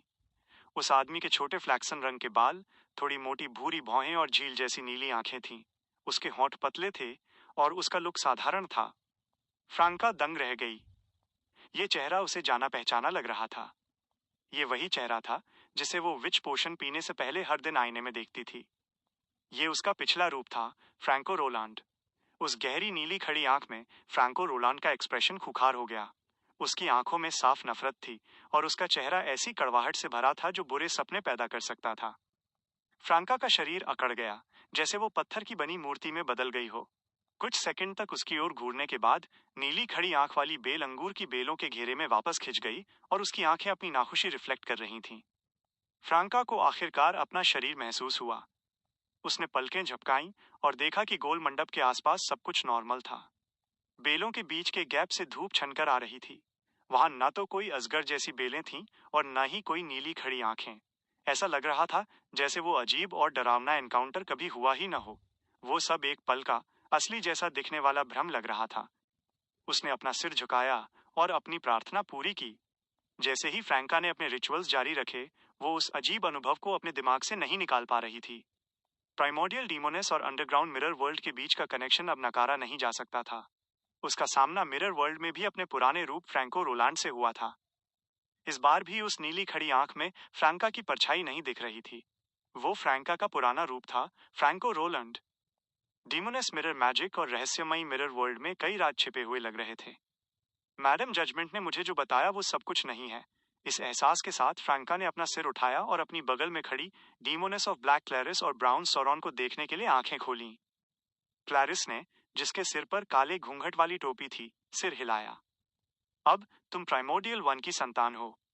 आपके गाइडेंस के लिए धन्यवाद। फ्रांका मुस्कुराई और पूछा, मुझे लगा था कि प्राइमोडियल वन के हॉनोरिफिक नेम में ruler of the mirror world जैसा कोई डिस्क्रिप्शन शामिल होगा। मुझे हैरानी है कि ये इसका हिस्सा नहीं है। डीमोनेस ऑफ ब्लैक क्लैरिस ने ठंडे उदासीन लेकिन दया भरे लहजे में जवाब दिया, ये प्राइमोडियल वन का पूरा हॉनोरिफिक नेम नहीं है। इसमें 2 और लाइनें हैं जिन्हें तुम अभी नहीं जान सकती। प्राइमोडियल डीमोनेस के ऑनोरिफिक नेम में 2 छिपी हुई लाइनें हैं। फ्रांका को अचानक महसूस हुआ कि इस डिटेल ने कुछ उजागर किया है, लेकिन वो इसके महत्व के बारे में अनिश्चित थी। क्लैरिस ने आगे कहा, हर नए मेंबर को एक प्राइमोडियल वन की मूर्ति मिलती है। इसमें एंटी डिवाइनिएशन, एंटी डिविनेशन और पहले से चेतावनी देने की एबिलिटीज हैं, और ये रिचुअल्स करने में तुम्हारी मदद कर सकती है। तुम्हें हर दिन इसकी प्रार्थना करनी चाहिए। बोलते समय उसने हड्डी की एक मूर्ति निकाली जो हथेली के आकार की थी और धुंधले तौर पर एक खूबसूरत औरत जैसी लग रही थी जिसके बाल उसके टखनों तक पहुंच रहे थे। बालों की हर लट को साफ, सांप जैसी आंखों के साथ बारीकी से तराशा गया था, जिनमें से कुछ खुली थीं और कुछ कसकर बंद थीं, जो काफी परेशान करने वाली लग रही थीं। हर दिन प्रार्थना करना। फ्रांका हिचकिचाई और इस मामले पर दिखावा करने का फैसला किया। फ्रांका द्वारा प्राइमोडियल डीमोनेस की मूर्ति को रखने के बाद क्लारिस की भौहें बहुत ही मामूली रूप से सिकोड़ी। Iron and blood cross order पर पैनी नजर रखो, खासकर गार्डनर मार्टिन पर। अगर वे कोई भी अजीब कदम उठाते हैं तो तुरंत ब्राउन से कांटेक्ट करो। अगर सिचुएशन क्रिटिकल हो जाती है तो प्राइमोडियल वन की मूर्ति निकालो, वेदी ऑल्टर तैयार करो और बताया गया रिचुअल करो। पूरा होने के बाद तैयार लेटर को वेदी पर रखे आईने में डाल दो। पैनी नजर रखना। अजीब कदम। फ्रैंका ने डीमोनेस ऑफ ब्लैक के इंस्ट्रक्शन से की पॉइंट्स नोट किए। उसने आने वाली किसी तबाही को महसूस किया और अपनी चिंता को बढ़ने से नहीं रोक पाई। क्या डीमोनेस सेक्ट को लगता है कि iron and blood cross order एक बड़ा ऑपरेशन शुरू करने की कगार पर है? Dot dot dot. क्वार्टियर 2 में ट्रायर आर्ट सेंटर के बाहर लूमियन सीढ़ियों पर खड़ा था और लेखकों के उन जवाबों के बारे में सोच रहा था जो उसके दिमाग में घूम रहे थे। गैब्रियल पिछले 1 महीने से आर्ट एग्जीबिशंस और गैलरीज का आनंद ले रहा है। वो हर पेंटिंग पर ज्यादा ध्यान नहीं देता। ऐसा लगता है जैसे वो उस पेंटिंग को ढूंढ रहा है जिसका उसकी रूह को इंतजार है। उसके बारे में कुछ भी असामान्य नहीं है। उसने एग्जीबिशन में किसी और विजिटर पर ध्यान नहीं दिया। उद्धरण चिन्ह डॉट डॉट डॉट उद्धरण चिन्ह। इन जवाबों से मिली जानकारी ने लुमियन को अपने अगले कदमों के बारे में उलझन में डाल दिया। फिर भी उसने फ्यूचर इंप्रेशंस नाम के आर्ट एग्जीबिशन को देखने के लिए ट्रायर आर्ट सेंटर जाने का फैसला किया था। इसे अगले 2 दिनों में खत्म होना था। पहुंचने से पहले लुमियन ने एक होटल में एक कमरा सुरक्षित कर लिया था ताकि वहां एक रिचुअल सेटअप किया जा सके। उसने एक मैसेंजर को बुलाया और मैडम मैजिशियन को गैब्रियल के एनकाउंटर और अपनी जांच की दिशा के बारे में जानकारी दी। शुरुआत में उसने बार के वॉशरूम से मैसेज भेजने का प्लान बनाया था, लेकिन उसे याद आया कि उस गुड़िया डॉल मैसेंजर को गंभीर माइसोफोबिया और ऑब्सेसिव कंपल्सिव डिसऑर्डर था। इसलिए उसने एक साफ और सही जगह ढूंढने के लिए थोड़ा पैसा खर्च करना बेहतर समझा। जब उसने सूरज की तरह दिखने वाली छत वाले रंगीन आर्ट सेंटर की ओर देखा, तो लुमियन ने एक गहरी सांस ली और बिल्डिंग में घुसने के लिए अपना टिकट दिखाया। फ्यूचर इंप्रेशंस कोई बड़ा आर्ट एग्जीबिशन नहीं था, इसमें केवल 3 एग्जीबिशन हॉल थे। लुमियन दीवारों पर लगी कलाकृतियों की तारीफ करते हुए वहां से गुजरा। अचानक उसे एक जाना पहचाना चेहरा दिखा। Chapter 455 two children. उसने जिस चेहरे को देखा वो लगभग 7 या 8 साल का एक लड़का था, जिसने पीले बाल, भूरी आंखें और गोल-मटोल गालों वाले एक छोटे जेंटलमैन की तरह कपड़े पहने थे। उसमें एक ईमानदार और मासूमियत वाली चमक थी, और लुमियन ने उसे तुरंत बैरन ब्रिग्नाइस के गॉडसन, उस अजीब लड़के लुडविग के रूप में पहचान लिया। लुडविग डोनट से सजी एक दीवार पेंटिंग के सामने खड़ा था। उसकी छोटी आंखें उस आर्टवर्क पर टिकी थीं। किसी के देखने का एहसास होने पर वो घूमा और उसने लुमियन को देखा। लुमियन मुस्कुराया और मजाक में उसे चिढ़ाते हुए कहा, फिर से घर से भाग गए? लुडविग ने इस बार ज्यादा शांति से जवाब दिया, नहीं। मैंने अपने गॉडफादर से कहा कि सीखना सिर्फ टेक्स्ट बुक नॉलेज तक सीमित नहीं हो सकता, और पढ़ना और सुनना और दूसरी चीजों के साथ इंटरेक्ट करना भी उतना ही इम्पोर्टेंट है। लुमियन ने पूछा, और वो तुम्हें यहाँ आर्ट एग्जीबिशन दिखाने लाए हैं? हालांकि उसे आसपास कहीं भी बैरन ब्रिग्नेस दिखाई नहीं दिया। उसने नोटिस किया कि लुडविग की इंटेलिजेंस और नॉलेज में थोड़ा सुधार हुआ था, जिससे वो ऐसा बहाना बना पा रहा था जो उसने पहले कभी इस्तेमाल नहीं किया था। ऐसा लग रहा था कि पढ़ाई का उस पर पॉजिटिव असर हो रहा है। लुडविग ने सिर हिलाया और आगे कहा, हाँ, एक बच्चे के लिए छोटी उम्र से ही आर्ट की समझ बढ़ाना जरूरी है। लुमियन ने अपनी जुबान से आवाज निकाली और बात जारी रखी, तो आज कोई टेक्स्ट बुक, होमवर्क या एग्जाम नहीं है। लुडविग ने जवाब दिया। उसके चेहरे पर अनजाने में एक खुशी भरी मुस्कान फैल गई। ये इत्तेफाक है। अंदर ही अंदर लुमियन ने नोट किया, कुछ ग्रोथ तो हुई है पर ज्यादा नहीं। उसी पल रेशमी टॉप हैट और ब्लैक सूट पहने बैरन ब्रिग्नेस एग्जीबिशन हॉल के दूसरी तरफ से पास आए। लुमियन खुद को एक ताना मारने से नहीं रोक पाया। क्या आपको डर नहीं है कि वो खो जाएगा? एक कंस्पायरर के रूप में लुमियन ने इस सिचुएशन में कुछ असामान्य महसूस किया। लुडविग के पिछले भागने के समय ब्रिग्नेस की घबराहट को देखते हुए उसे बच्चे को एग्जीबिशन हॉल में अकेला नहीं छोड़ना चाहिए था। ब्रिग्नेस मुस्कुराया और बोला, लुडविग हाल ही में अच्छा कर रहा है और उसने घर से भागने की कोशिश नहीं की है। वो पेंटिंग्स को निहारने में डूबा हुआ था, इसलिए जब मैं वॉशरूम गया तो मैं उसे डिस्टर्ब नहीं करना चाहता था। ये सुनने में एक गैर जिम्मेदार पेरेंट जैसा लगता है, लेकिन बैरन, आप पहले ऐसे नहीं थे। मुझे शक है कि आपने ये जानबूझकर किया है। आपने जानबूझकर लुडविग को एग्जीबिशन हॉल में अकेला छोड़ दिया, ये देखने के लिए कि ये अजीब बच्चा क्या करेगा। हे, आपको उसकी चिंता करने की जरूरत नहीं है। आपको आसपास के विजिटर्स की चिंता करनी चाहिए। अगर इस बंदे को भूख लगी और आपने समय पर खाना नहीं दिया, तो मुझे डर है कि कोई खा लिया जाएगा। लुमियन ने अंदाजा लगाते हुए मन में आलोचना की। उसे महसूस हुआ कि बैरन ब्रिग्नेस का इस एग्जीबिशन में आने के पीछे कोई छिपा हुआ मकसद था। ये एक अनुभवी शिकारी कुत्ते को एक खास मौके पर ले जाने और उसकी रस्सियां ढीली करने जैसा था, ताकि वो देख सके कि क्या वो किसी शिकार को ट्रैक कर पाता है। लुमियन के सवाल का जवाब देने के बाद बैरन ब्रिग्नीस ने अपना फूला हुआ ब्रीफकेस पकड़ा और लुडविग की तरफ देखा। जब तुम वापस जाओगे तो इस आर्ट एग्जीबिशन के बारे में एक ऐसे लिखना, अपनी फीलिंग्स और उस काम के बारे में डिटेल में बताना जिसने तुम पर सबसे गहरा असर छोड़ा। लुडविग का चेहरा उतर गया। लुमियन को हैरानी नहीं हुई। उसे खुद ऐसी सिचुएशन में डाले जाने का काफी अनुभव था। बैरन ब्रिग्नेस और लुडविग से बातचीत करने के बजाय उसने पेंटिंग्स को देखना जारी रखने का फैसला किया। उसका ध्यान इस बात पर टिक गया कि क्या संबंधित आर्टवर्क्स में कोई मोटल जैसा स्ट्रक्चर मौजूद है, क्या सेरेफिन जैसी कोई ह्यूमन मॉडल है, और विजिटर्स की सोच और उनके आसपास के माहौल पर संभावित असर क्या है। अफसोस की बात है कि लुमियन की उन 3 छोटे एग्जीबिशन हॉल्स की जांच में कुछ खास हाथ नहीं लगा। इसके बजाय मलन की कैफे वाली ड्राइंग, जिसे उसने अपने कूलों से बनाया था, ने कई टूरिस्ट का ध्यान खींचा और तारीफ के साथ साथ आलोचना भी बटोरी। आखिरी एग्जीबिशन हॉल में खड़े होकर लुमियन ने अपने अगले कदम के बारे में सोचा। उसने अपने भूरे गोल्ड रिम चश्मे निकाले और उन्हें आजमाने का फैसला किया।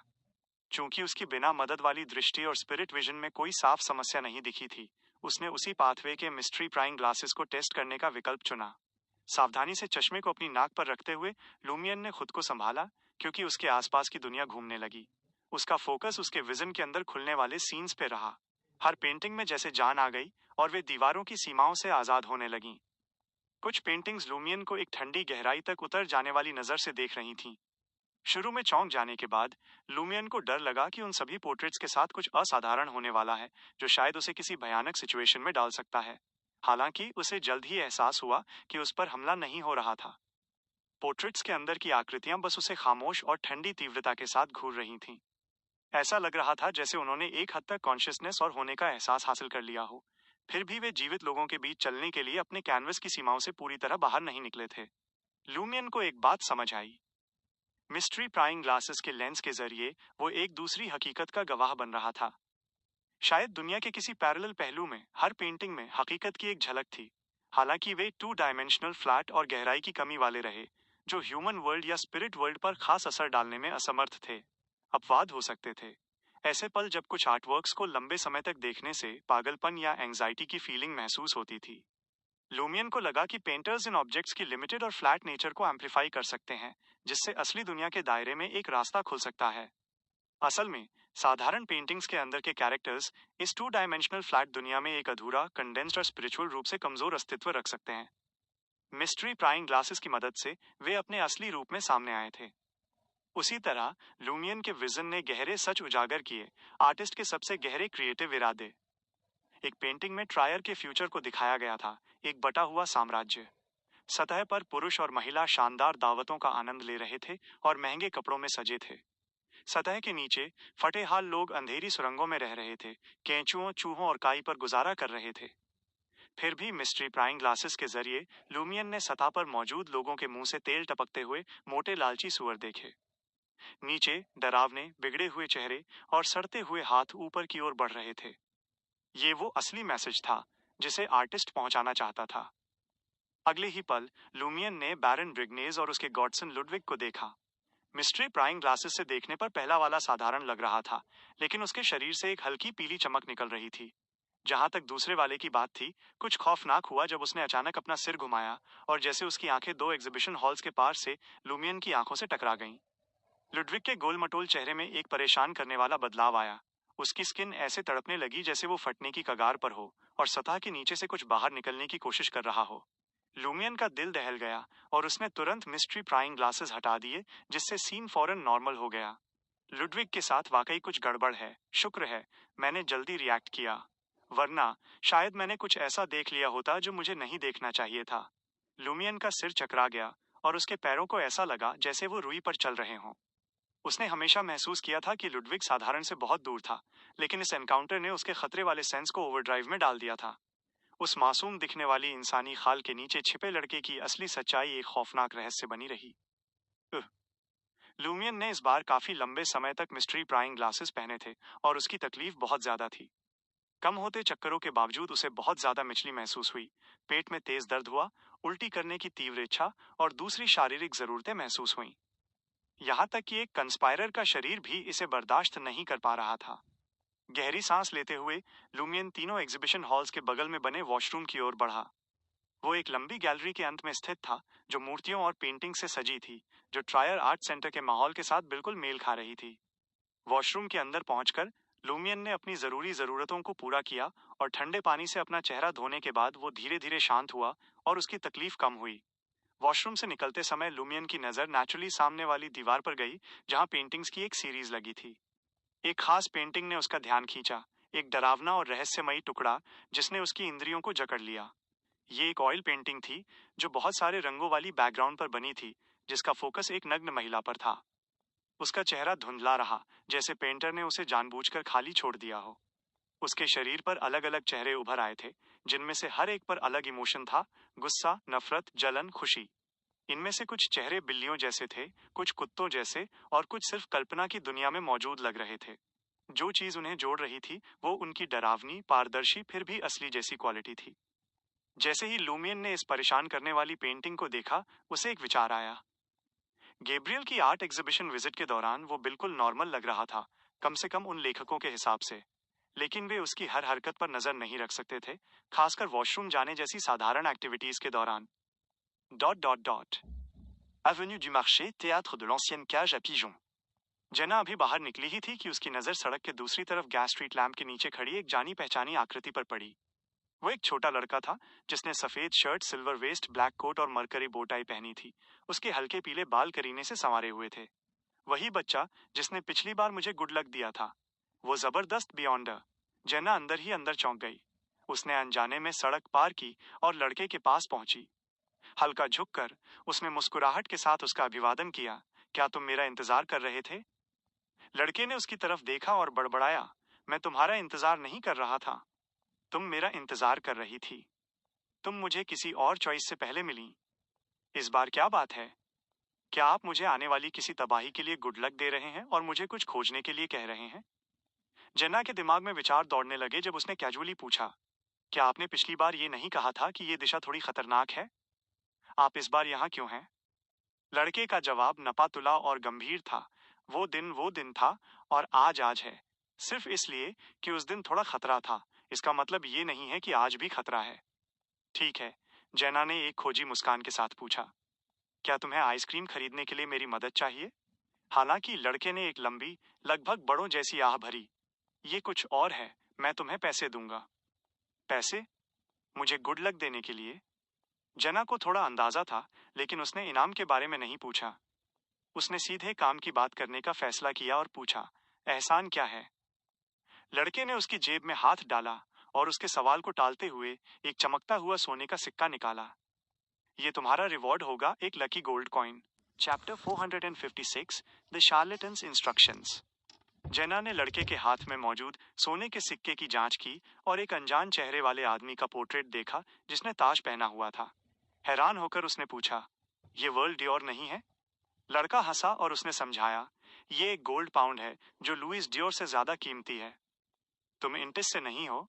जेना दंग रह गई, लेकिन उसे नहीं लगा कि इसमें कोई समस्या थी। लड़के का लुक वहां के लोकल लोगों से थोड़ा अलग था। मैं लुइनीस हूँ, करीने से संवारे हुए हल्के पीले बालों वाले लड़के ने ईमानदारी से जवाब दिया। जेना ने ज्यादा गहराई में न जाने का फैसला किया, ये समझते हुए कि सिक्का गोल्ड पाउंड हो या लुइस डियोर, इसकी प्रैक्टिकल वैल्यू पर कोई असर नहीं पड़ेगा। उनके पिछले एनकाउंटर के आधार पर उसे लड़के की अच्छी किस्मत लाने की एबिलिटी पर पूरा भरोसा था। उसने उसकी तरफ देखा और उसके अगले शब्दों का इंतजार करने लगी। लड़के ने लकी गोल्ड कॉइन को अपनी जेब में वापस रख लिया, जिससे साफ था कि उसका पहले पेमेंट करने का कोई इरादा नहीं था। इसके बजाय उसने जमीन की तरफ इशारा किया और कहा, आज रात 10 बजे यहाँ के एंट्रेंस से अंडरग्राउंड ट्रायर में एंटर करो। जितना हो सके उतना आगे बढ़ो। किसी भी अवेलेबल रास्ते पर चलते हुए, जब तक तुम एक अंडरग्राउंड नदी तक न पहुंच जाओ। पास में ही कोई छिपने की जगह ढूंढो और वहां से गुजरने वाले पहले व्यक्ति का इंतजार करो। उनका सारा सामान ले लो। इस मामले को पूरा करने से पहले तुम किसी को नहीं बता सकती कि तुम क्या करना चाहती हो या तुम कहाँ जाने का प्लान बना रही हो। सिर्फ अपनी इंट्यूशन के आधार पर अंडरग्राउंड जाना और शिकार खोजने के लिए किस्मत पर भरोसा करना। जेना को लड़के के इंस्ट्रक्शंस काफी हद तक सीएल के चार्लेटन टेम्परमेंट की याद दिला रहे थे। जहां तक उस व्यक्ति का सामान हासिल करने की बात थी, वहां सिर्फ एक ही सोल्यूशन लग रहा था, लड़ाई के जरिए उसे दूसरी पार्टी को काबू करना था। जेना जानती थी कि वो लड़का शायद एक जबरदस्त बियॉन्डर था जो उसी के मकसद से जुड़ा था, और बिना किसी हिचकिचाहट के वो मान गई, समझ गई। लड़का मुस्कुराया, जब तुम वो सामान हासिल कर लोगी और उन्हें मुझे सौंप दोगी, तो मैं तुम्हें रिवॉर्ड के तौर पर लकी गोल्ड कॉइन दूंगा। मुझे आपको किस नाम से बुलाना चाहिए और समय आने पर मुझे आपको कहाँ ढूंढना चाहिए? जेना, ये जानते हुए कि वो कोई मामूली लड़का नहीं था, एक सम्मानजनक लहजे में बोलने से खुद को नहीं रोक पाई। लड़का बड़बड़ाया, तुम मुझे विल बुला सकती हो। मुझसे इस तरह बात करना मुझे एक अडल्ट जैसा महसूस कराता है। मैं तो अभी सिर्फ एलिमेंट्री स्कूल में हूँ। जब समय आएगा तो तुम नेचुरली मुझसे मिलोगी। क्या ये उन बॉर्न बियॉन्डर्स में से एक है जिनका जिक्र रहस्यवाद की मीटिंग्स में किया गया था? वो वाकई छोटा है, लेकिन उसकी एबिलिटीज कमाल की हैं। जेना ने एक कनेक्शन बनाया और उसके इंस्ट्रक्शंस को फॉलो किया। उसने मुस्कुराते हुए जवाब दिया, ठीक है विल। विल ने उसे हाथ हिलाकर विदा किया और कहा, तुम जा सकती हो, लेकिन मेरा प्लान तो तुम्हारे बिल्कुल पीछे वाले कैफे में लंच करने का है। जेना बुदबुदाई और खाने के लिए रू डे ब्लूजेस ब्लॉन्शेस की तरफ वापस जाने के लिए रास्ता बदल लिया। हालांकि 10 मीटर से ज्यादा चलने के बाद उसकी जिज्ञासा बढ़ गई और वो लोहे के काले गैस स्ट्रीट लैंप पोल की तरफ देखने के लिए मुड़ी। वो अजीब लड़का विल अपनी जगह से गायब हो चुका था। जेना ने करीब से देखा और महसूस किया कि वो पास के कैफे में चला गया था और अब खिड़की के पास एक बूथ पर बैठा था, जहां एक अटेंडेंट अभी उसके लिए 3 स्कूप वाली आइसक्रीम का कप लेकर आया था। वो वाकई सिर्फ एक बच्चा है, जेना ने सोचा। उसकी जिज्ञासा शांत हो गई थी और वो अपने रास्ते पर आगे बढ़ गई। Dot dot dot financial district में ट्रायर आर्ट सेंटर के अंदर लूमियन ने कुछ अंदाजा लगाने के बाद एक बार फिर भूरे रंग के मिस्ट्री प्राइंग ग्लासेस निकाले। बिना किसी हिचकिचाहट या डर के उसने उस मिस्टिकल आइटम को पहन लिया। उसका मेन फोकस एग्जीबिशन हॉल था, जहां वॉशरूम एक लंबे कॉरिडोर से अलग था। उसी जाने पहचाने चक्कर आने के एहसास के बीच लूमियन के सामने वाली ऑयल पेंटिंग में एक अजीब बदलाव आया। नग्न महिला के शरीर को सजाने वाले चेहरे उसकी तरफ देखने के लिए मुड़ गए। साथ ही लूमियन को छत पर एक क्रिएचर की मौजूदगी महसूस हुई, जहां ओवरलैप होता हुआ आसमान था जो उसे दूर से घूर रहा था। ऐसा लग रहा था जैसे वो बाधाओं को पार करने और तेजी से उसके पास पहुंचने की कोशिश कर रहा हो। जैसे ही ऑयल पेंटिंग में महिला का धुंधला चेहरा धीरे धीरे साफ हुआ, उसकी असली पहचान सामने आ गई। भूरी आंखें इधर उधर घूम रही थीं, भूरे बाल नीचे गिर रहे थे, एक गोल मटोल कोमल चेहरे वाली स्किन और एक डिटैचमेंट वाला एहसास। लूमियन ने उसे पहचान लिया। वो कोई और नहीं बल्कि मिस सेराफीन थी, ऑबर्ज ड्यू कॉकडोर की पुरानी किराएदार, वो ह्यूमन मॉडल और वो लवर जिसे प्लेराइट गैब्रियल ढूंढ रहा था। जैसे ही सेराफीन का चेहरा और साफ हुआ, लूमियन के आसपास अंधेरा छा गया, जैसे चेहरे पेंटिंग या शून्य वॉइड से बाहर निकलने के कगार पर हों। जल्दी से उसने अपनी नाक से मिस्ट्री प्राइंग ग्लासेस हटा दिए और पलक झपकते ही सारी असामान्यताएं गायब हो गईं, जिससे उसकी स्किन पर सिर्फ रोंगटे खड़े होने का एहसास रह गया। जैसा कि उम्मीद थी, इस ऑयल पेंटिंग के लिए ह्यूमन मॉडल सेराफीन ही है। हालांकि गैब्रियल एक साधारण व्यक्ति है और उसके पास मिस्ट्री प्राइंग ग्लासेस नहीं हैं, लेकिन वो एक बार सेराफीन के साथ सोया था और उसकी फिजिकल खूबियों को जानता है। जब उसने वॉशरूम में एंटर किया और वहां से बाहर निकला होगा, तो उसने अपनी लवर के निशान जरूर नोटिस किए होंगे। क्या ऐसा हो सकता है कि सेराफीन के शरीर पर कई चेहरे हों, जो इस ऑयल पेंटिंग की तरह पेंट किए हुए और जीवित दोनों तरह से दिखाई देते हों? क्या गैब्रियल तब डरा नहीं था? यहाँ मॉडल के रूप में सेराफीन वाली ऑयल पेंटिंग को खोजने के बाद वो उस नॉर्मली मुश्किल से दिखने वाले क्रिएचर से मिला जब वो वापस आया। समय बिल्कुल मेल खाता है। उसके डेस्क पर पानी का गिलास एक दिन से ज्यादा पुराना था और उसने 2 दिन पहले आर्ट एग्जीबिशन विजिट किया था। रात के समय जरूर कुछ हुआ होगा। हमला होने और शायद करप्ट होने के बाद वो मेरी विजिट तक अपार्टमेंट में क्यों रुका रहा? जैसे ही लूमियन के दिमाग में विचार दौड़ रहे थे, उसने अपना ध्यान ऑयल पेंटिंग के सिग्नेचर की तरफ लगाया, क्लोड पियर ऑगस्ट। उस पेंटर को ज्यादा पहचान नहीं मिली थी, वरना उसके आर्टवर्क को वॉशरूम के कॉरिडोर में नहीं टांगा जाता। इसके अलावा उसका काम शायद फ्यूचर इंप्रेशंस एग्जीबिशन के लिए जोड़ा गया था। उसी तरह उसे यकीन था कि चूंकि गैब्रियल के साथ कुछ हुआ था, पियर भी शायद गायब हो गया होगा। उसने हॉस्टल जाने की बात भी तब की थी जब सेरेफीन ऑबर्ज डुकॉक डोर से बाहर निकली थी। चाहे जो भी हो, मुझे मैडम मैजिशियन को इन्फॉर्म करना चाहिए। क्या होगा अगर वहां कोई सुराग पीछे छूट गया हो? वरना वे गैब्रियल जैसे एक साधारण व्यक्ति के साथ डील नहीं करते। लूमियन का क्लोड पियर ऑगस्ट का खुद पीछा करने का कोई इरादा नहीं था। ऐसा इसलिए था क्योंकि अलग अलग चैनल्स के जरिए दूसरी पार्टी के बारे में जानकारी जुटाने में बहुत समय लगेगा, और टारगेट के नाम और पहचान के साथ मैडम मैजिशियन जैसी एस्ट्रोमेंसी मास्टर को पेंटर के घर को जल्दी से लॉक करने में सक्षम होना चाहिए। इसके अलावा गैब्रियल पर पेंटर क्लोड के बारे में जानने के बाद देर रात हमला किया गया था। लूमियन की अपनी करंट जानकारी उसके मुकाबले सिर्फ एक हिस्सा थी। लूमियन ने ऑयल पेंटिंग को देखा, उसके होठों पर एक मुस्कान आ गई। क्या मुझ पर हमला किया जाएगा? मैं इसका इंतजार कर रहा हूँ।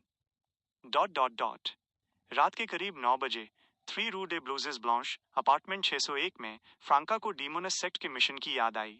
उसे शक था कि iron and blood cross order जल्द ही कोई बड़ा कदम उठाएगा, और उसका प्लान रास्ते में प्लेजर पोशन को डाइजेस्ट करते हुए गार्डनर मार्टिन से मिलने का था।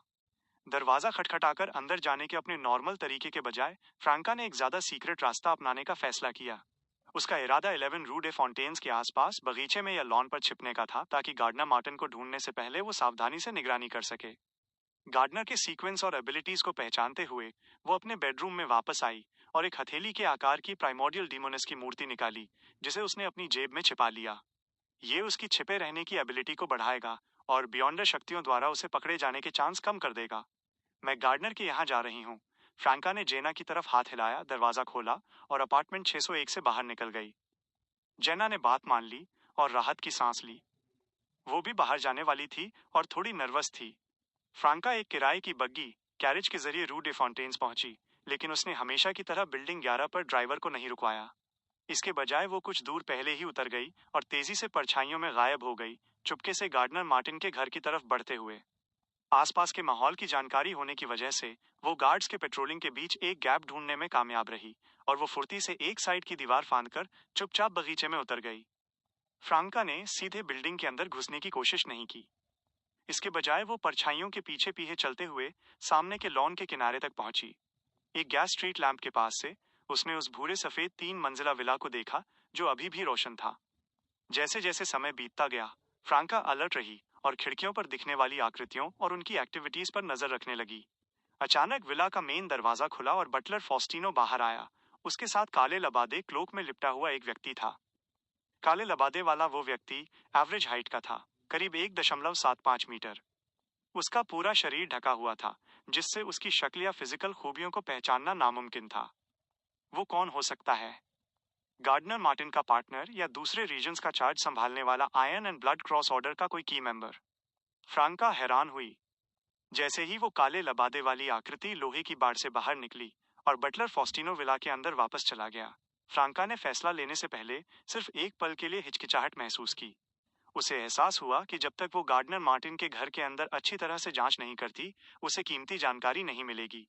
उसकी पहले की खोज ओपन रही थी और उसका नतीजा बहुत कम निकला था। वो लबादे वाला व्यक्ति उसे नए सुराग दे सकता था, जिससे अप्रत्याशित फायदे हो सकते थे। फ्रांका जो इनविजिबल थी, उसने अपनी छिपी हुई जेब में प्राइमोर्डियल डिमोनस की मूर्ति को छुआ और उसका कॉन्फिडेंस बढ़ गया। वो लॉन के किनारे से घूम कर आई और लोहे की बाड़ फांद कर चुपके से काले लबादे वाली उस रहस्यमयी आकृति का पीछा करने लगी। Dot dot dot.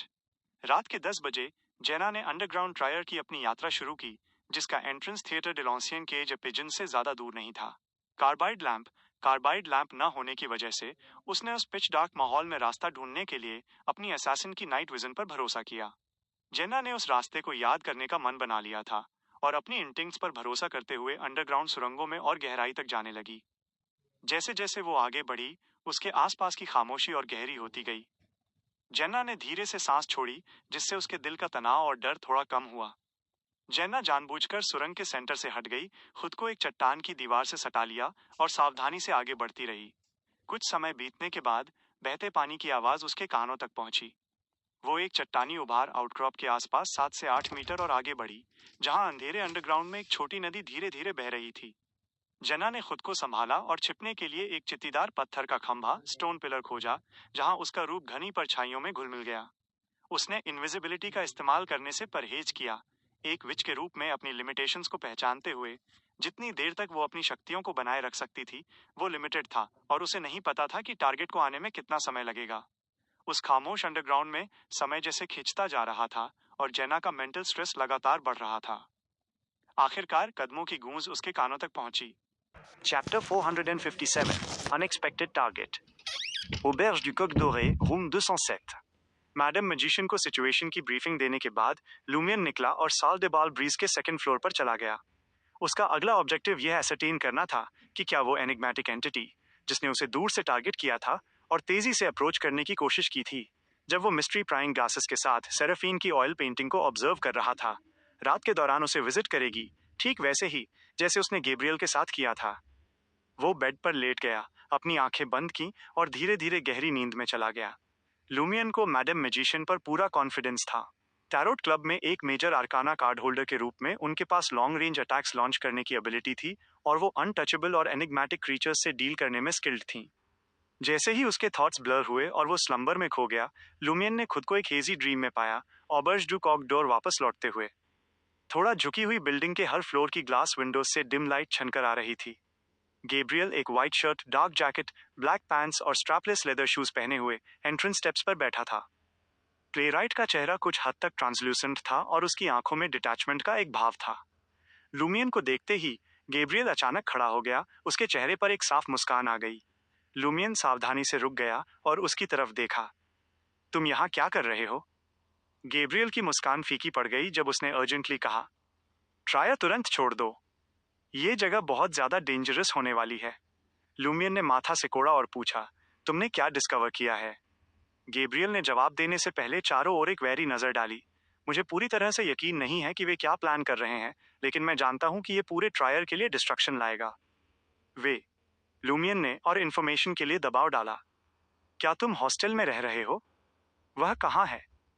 गैब्रियल के चेहरे पर कंफ्यूजन की एक झलक आई। तुम्हें एंटर करने या पिक्सीज का अप्रूवल पाने के लिए मेरी तरह बनना होगा। मुझे नहीं पता था कि इसे कैसे ढूंढना है। पहुंचते ही मैंने खुद को दूर पर पाया। जैसा कि एक्सपेक्टेड था, हॉस्टल का पिक्सीज से गहरा रिलेशन है। क्या गैब्रियल अपनी एग्जिस्टेंस ऑल्टर करने और टेलीपोर्टेशन की तरह हॉस्टल पहुंचने के लिए करप्शन पर रिलाई करता था? लूमियन के दिमाग में विचार दौड़ने लगे जब उसने गहरी आवाज में पूछा, तुमने हॉस्टल जाने का फैसला क्यों किया? क्या तुम्हें इसके लिए मजबूर किया गया था? नहीं। गैब्रियल ने अपना सिर हिलाया। उसकी आवाज नरम हो गई। मैंने ये अपनी मर्जी से किया। सेरेफीन खुद मुझे लेने आई थी और मैं मना नहीं कर सका। यही मैं चाहता था। उसके चेहरे पर खुशी की एक छुअन आई। ये सेरेफीन ही थी जिसने गैब्रियल को करप्ट किया और उसे हॉस्टल तक पहुंचाया। लूमियन को अचानक दुख का एक झटका महसूस हुआ। क्या तुम्हें रियलाइज हुआ है कि तुम एक मॉन्स्टर बन गए हो? गैब्रियल जवाब देने से पहले कुछ सेकंड्स के लिए चुप हो गया। मैं जानता हूं, लेकिन मैं किसी को नुकसान नहीं पहुंचाऊंगा। वो आगे बढ़ने से पहले एक पल के लिए रुका।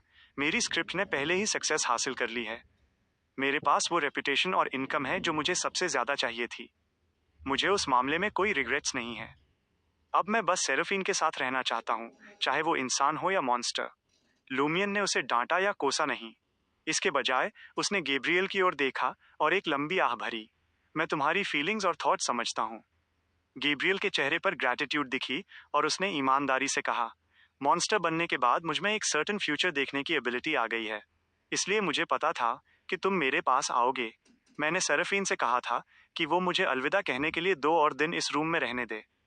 वो मान गई। वो पूरी तरह से मॉन्स्टर नहीं है। लूमियन का दिल दहल गया और उसने एक बिविचिंग टोन में कहा, क्या तुम चाहते हो कि मैं तुम्हें और सेरेफीन को हॉस्टल से रेस्क्यू करूं? क्या ये पॉसिबल है? गैब्रियल का चेहरा सिकुड़ गया और उसकी आंखों में तड़प का मिश्रण दिखा, जैसे कि उसका बॉडी और माइंड अलग अलग वर्ल्ड्स में हो।